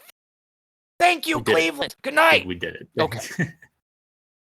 Warren, speaking of Minnesota, you're rolling right into my next team here, dude. It's got to be the Minnesota Twins. I mean, they capped us Yes. off last week after an undefeated week, which is pretty awesome. So, falling back a little spots after going 5-2 this week, dropping a game each to Boston and Seattle and winning everything else they could in those series. And you watched a lot of the Twins, Warren. I know you can talk about them a little bit deeper, but I want to talk about the home run sausage, Warren. It's still going. We told them don't eat the sausage, and they didn't. They're keeping it around. And the offense is continuing to do well, even in both of their losses. You know, they've yet to be shut out. They have had several long balls all across the roster. And, well, you got to start asking questions here. Is some of the other, we saw Carlos Correa come back and start to hit just as the Yep. rest of the team is. And maybe Royce Lewis will be back at some point here where he can also benefit from the home run sausage. So, but I know you saw them, Warren. You watched a few of their games. Is this surprising to you to see the Twins this high? No. As a matter of fact, as I think I mentioned earlier, this is a lineup that is humbling us by us not expecting them to do this. But they're doing it, man. They are locked in, and it really is the case at the plate. Ryan Jeffers has been playing like a man possessed, sitting currently at a 1.6 WAR, but just looking like he's getting stronger and stronger at the plate. Willie Castro muscled out a home run or two against the Mariners in this series, which was just like a bummer. A lot of different guys actually chipped it out. Max Kepler's been playing super well. Rumor had it in the offseason the Mariners were doing their best to pry Max Kepler from the Twins, and instead That we would have got been. Polanco. Like, Mm. I like Max Kepler. Yeah, I would have liked to have him in my right field. Not that I don't love having Haniger back in the lineup, but I don't need to go back into Seattle land. The bottom line is that Willie Castro has been overachieving. Byron Buxton going down with the injury is always a bummer. I hope he can come back and win some baseball games with the Twins this year, and it's not a long situation. But Edward Julian is a guy I hadn't heard of before this season, and now I should pay attention. Jose Miranda's maturing well. Trevor Larnach has been making contact and frustrating me when I watch them play. So, yeah, this is a team that we disrespected. Well, not we. Sorry, I shouldn't say Seattle did. I think we as you and I, like, we didn't think this team could win this division again. And so far, well, I'm not saying it's locked in. Obviously, these Twins are just really hot right now. I will say, I Still just wish second though. Carlos. What's that, sir? Well, after last week being number one in this rank, this week they're still just Yes. second in their division after all that. That's true. Exactly. Like, you want to talk about a division that's interesting to watch. It really can be the AL Central if you decide it to be. But Alex Kirilloff's on this lineup and he's getting better. Manuel Margot has been swinging it well for them and getting some pretty clutch hits that just break my heart. And finally, Carlos Santana. Carlos Santana is a slugger that we Mariners picked up to have for the playoff run in 2022 that we chose not to resign in 2023, chose not to resign in 2024. He's a journeyman. He bounces around all these lineups, and everywhere he goes, he adds good vibes and he adds reliable power. And he's just been consistent for Minnesota this season, and it just bums me out. That's a guy I would have loved to have on my lineup right now with the way we've been playing. So kudos to Carlos Santana for keeping his good juju going. And the Twins they just look great, man. The home run sausage, it's working. Feed them the wiener. Maybe that shouldn't have been the last sentence I said in their segment, huh? Why Feed not? them the wiener. Yeah, okay. I'm sorry, guys. I apologize. Not a good segue line. Got it. Don't eat the sausage. Don't eat the sausage is even better. I like that one. Let's do a pick here. You know, we've got some familiar names when we're talking about risers, and I'm going to go ahead and give it to Baltimore. I know we're probably sick and tired of me liking Baltimore, but they are still one of the best teams in baseball. I think they were 4 for us last week. We'll keep them there again. This is just a great team. And of course, what I'm really, really surprised by, Dan, is how many different players are playing roles in these victories. How many different young names are swirling around this franchise. We all were talking about Jackson Holiday, but it's been guys like Colton Cowser and Jordan Westberg who have been incredibly key young pieces for these Orioles so far.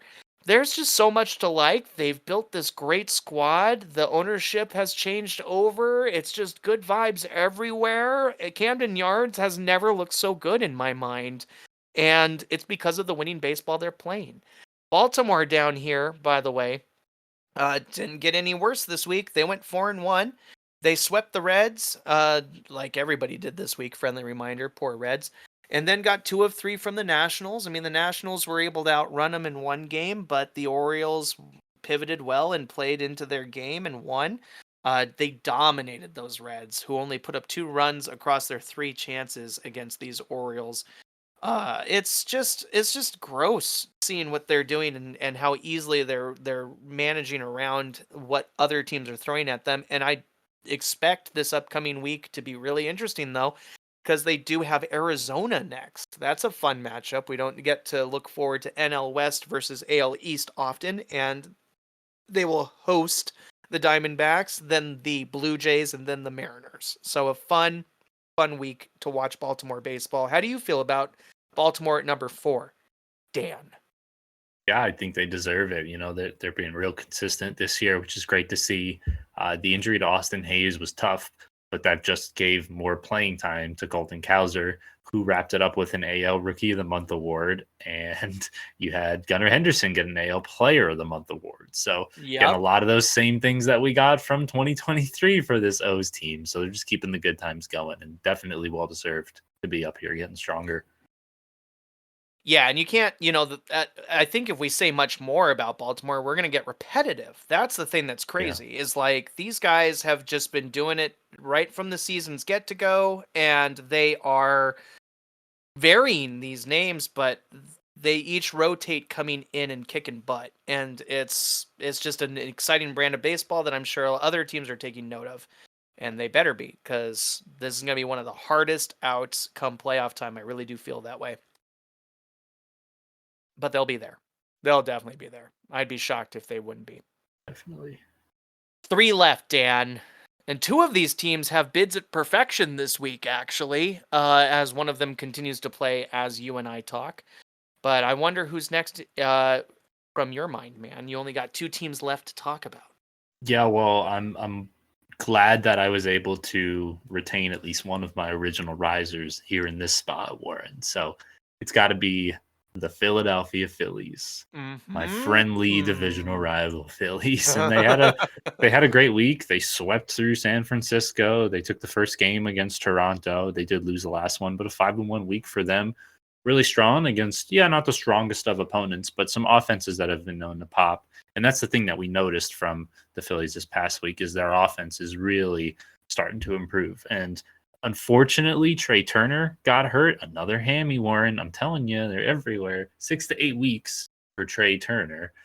But we've been seeing a lot of the slumps breaking off of this roster since the start of the year. Guys like Alec Boehm, guys like Bryce Harper, guys like Johan Rojas, like a lot of players finally starting to kick out of their slumps and really slug really well.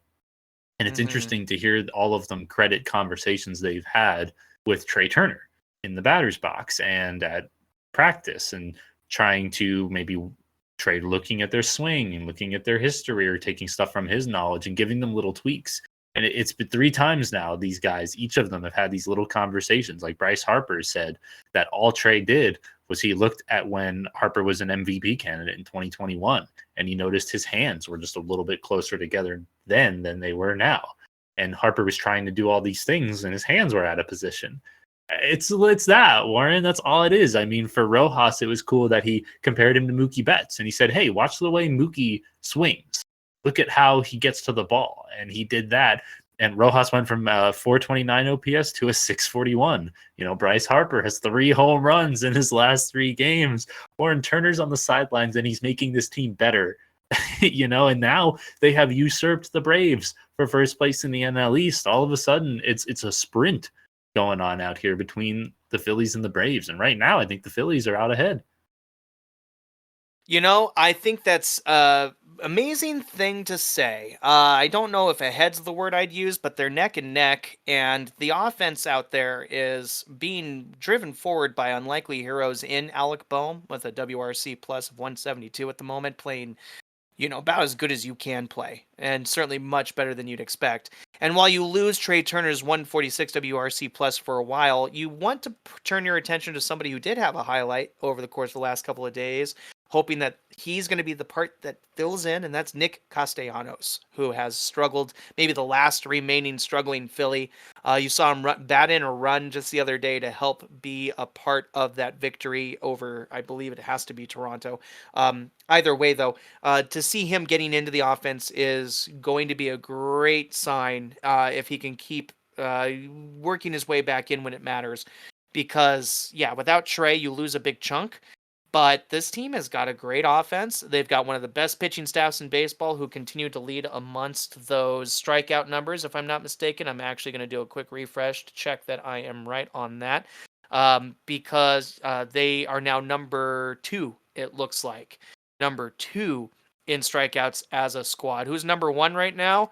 Minnesota. But they did just play Seattle. Got it. Loud and clear, Seattle. Quit flipping swinging, but the Phillies are right up there. I think Nola was the only pitcher who struggled this past week. Maybe the one that gave up the loss, if I remember correctly, which is a surprise. But don't get used to that. We know Nola knows what he's doing. So yeah, the Phillies look pretty hard to dismount from the top portion of our rankings. And as they get ready to take 3 from Miami, no doubt, at home before facing the Mets in 4 separate games this upcoming week, 2 in New York, 2 out of New York. That's going to be just such a fun week to see where those two teams stand against each other. I bet you've got those circled on your personal calendar, and I will hope for some firework caliber baseball for you there, Dan. Lots and lots of fun watching those head to head. Oh man, New York, New York, New York.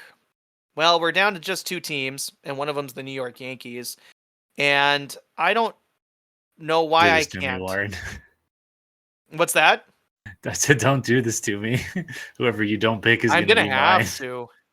I'm gonna have to, man. I'm sorry. It looks like you're gonna have to talk about the Dodgers this week Oh. because the New York Yankees are next as they get ready to potentially lose their one game of the week here as they're coming to a close soon, trailing the Houston Astros in game 3 of their series. It may be that they only go 2-1 against Houston, and that's fine. They still had a great week. They swept, of course, their first series this week going up against the Tigers, right? We talked about that earlier on. And these Yankees and Juan Soto and Aaron Judge and all of your usual names, they are bludgeoning around the league right now. They get ready for 3 against Tampa, where they'll be on the road. Should be a good winning opportunity for them before they take on Minnesota, another key matchup to be excited about this week. And then they got the White Sox. So you have to expect another 6 wins to be coming at least for this Yankees team as the weeks go on, and they're getting better and better, sitting at 25-13 right now. They kind of start to really tighten that grip atop the American League standings. Not that they're the best, but they're right up there, guys. They're right up there. Gosh, are you not surprised that the Yankees would be one of the better teams in the league? I know we were talking about them like they're the Darth Vaders for a reason of Major League Baseball, and they're back in a big way. 191 is the WRC plus for Juan Soto. That has to lead the league. I think you can get only 200, right, Dan, for that stat? Like there's something nuts. I The think fact that 150. Juan Soto's well, I mean, then there's a lot of players capping 150, but we won't go Okay, there. then it's 2. Okay, yeah, I think you're right. Aaron Judge at 141 is, he's in a down period at 141. That's fine. But I think, dude, I think I kind of like Alex Verdugo, like in a big way. I Playing think well. he makes so many key plays for them. I think he's been the best part in a way of this Yankees outfield that is so darn strong, just because he's stepped up into this role, I think, and been a better player than he's been statistically in his career at this point in the season. And then you can't forget that Anthony Rizzo's still on this team with a 121 WRC plus. Volpe at a 116 himself, and Giancarlo Stanton is also having a good year. So the Yankees are just outplaying even their own offensive expectations to a certain extent. And the pitching has been great too. You've mentioned how Nestor Cortez continues to be a thorn in the side of so many. They might be getting Garrett Cole back pretty soon-ish. That could be tremendous. Don't expect these Yankees to fade to black. The pinstripes are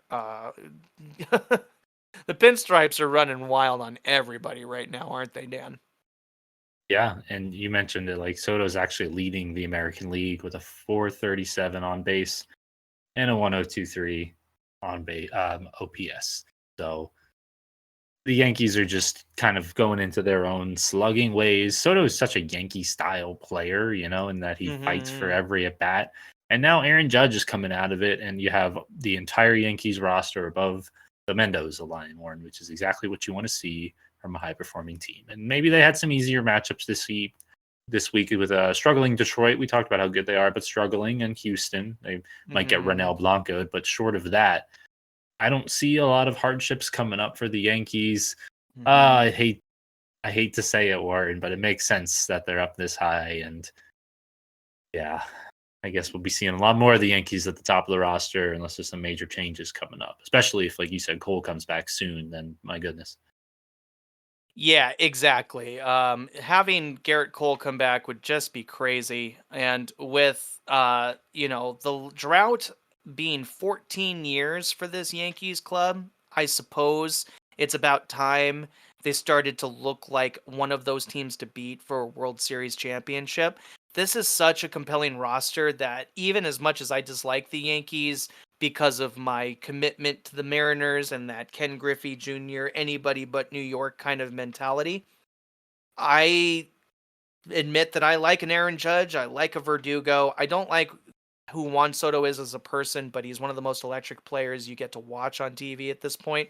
So, you may have fun rooting against them, but we're going to see these teams play, or this team play some pretty important baseball, I'm sure, come postseason time. And we all should be taking our notes on how we're going to game plan against them. They are that hard to beat. And they just, yeah, I'm excited to root against them for the rest of the year, because they're not going anywhere. Neither are the top team, apparently. The top team has been our top team 2 weeks running. Last week it was me. No, actually, both weeks. I think I've had to do this to you, haven't I? So, Dan, tell us again who the best team in baseball is 2 weeks running. Oh, do I have to? I'm sorry, Dan. I guess this It's is the bad part. Your Mets need to start playing better, so I get to yeah, talk about the Dodgers every week, I guess. exactly. Yeah, because it is the Dodgers, Warren. They went 6-0 this week. Big surprise. They swept Atlanta and then swept Miami at home. And Miami might not be too surprising, but the Atlanta series we mentioned was genuinely kind of a kick in the teeth. Only one of those games was really ever even close. So, another impressive week for the Dodgers. I mean, what is there to say? Ohtani with 4 stolen bags this week. He's still leading the team in every offensive category. Mookie is not slowing down at all, and Freddie is starting to heat up. He's got his batting average over 300 to join uh, Mookie and Shohei. At this point, I think, Warren, it's just fair to say Shohei and Mookie are racing for NL MVP. I mean, it might come down to who's healthier, who plays more games, but at this point, that's how I see it. I mean, it's going to be a race for MVP. I don't know what you think, but I don't know what else to look at when looking at the Dodgers. I mean, they have a real exciting series coming up against the Padres. That's going to be great baseball.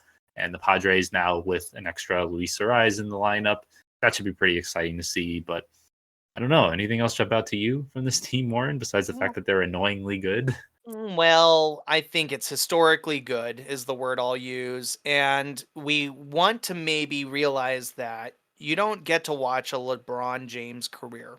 You don't, like, every day. You don't get to watch I don't know, Patrick Mahomes' career every day. You don't get a Tom Brady. You don't get Patrick Lane. You don't get I don't know many hockey players, so I'll just stop. Guys, here's the thing. We're watching a historically amazing team play every day with these Dodgers. Shohei Ohtani is the greatest player in arguably like 200 years. Okay? The history of baseball, arguably. This may be the greatest player of all time overall. And he's not even having to pitch to prove it, you know? And so we should be grateful that we get to watch these Dodgers play. We can be salty that they're not the Mariners or the Mets, or that they're doing it over and over and over again, and that could get boring over the next couple of years if we watch the Dodgers be this good forever. But the thing is we gotta try to be grateful. You gotta try to appreciate that we're watching historically good ball, but it is hard to stomach if you want to see somebody else break through the top. This is our only platinum rank of the week, right? Remember that the Twins went 10-0 last time we talked to take the top spot, but almost by default, and now the Dodgers get to do that the same way, and we might just have to get comfortable in saying that and try to enjoy the highlights along the way, because who wouldn't want to watch some of what these guys are doing? You know, they've got chemistry, they've got flow, they pass the baton around. I'll do the formality of Teoscar Hernandez's strikeout count now being 49. Good for fifth in the league. As I pointed out, a Mariner has overtaken him in that list. Jorge Polanco, boo. But Hernandez mashes, and now he's starting to look like the $20 million we should have paid him, but our owner is cheap.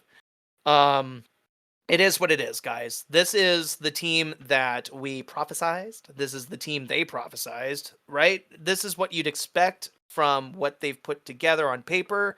And at the end of the day, at least we get to celebrate that when a team is supposed to be good, they actually are good. So we can expect when our team's supposed to be good, they will be good. Anyway, but yeah, these guys are historically good. Oh, and Dan, it's not 200 as the cap to WRC plus. It's not. You know why I know that?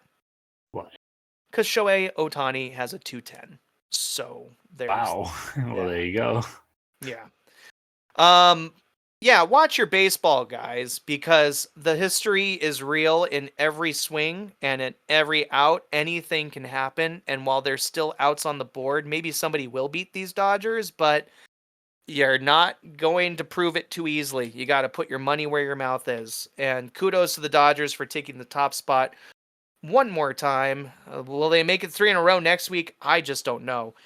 Dan, it's been a blast breaking down these records. Let's talk about who's next as we've reached the end of our power rankings. Who's on deck this week? We've talked about it a couple times. I am stoked to see Cleveland and Texas fight it out in that huge matchup in Texas. I really want to see how my Seattle Mariners measure up against the Royals. It's true. I'm super curious. And I guess one more. I'm going to go ahead and admit that I want to know if Pittsburgh can get any sort of momentum going against the Cubs. That's going to be a fun matchup. What do you got on deck for yourself, Dan, that we'll talk about next week that we're excited about? Yeah, I like the heavyweights. We got the Dodgers at San Diego this weekend. That'll be fun to watch. Always is. Yankees at Minnesota coming up this week should be interesting. A couple of really strong teams.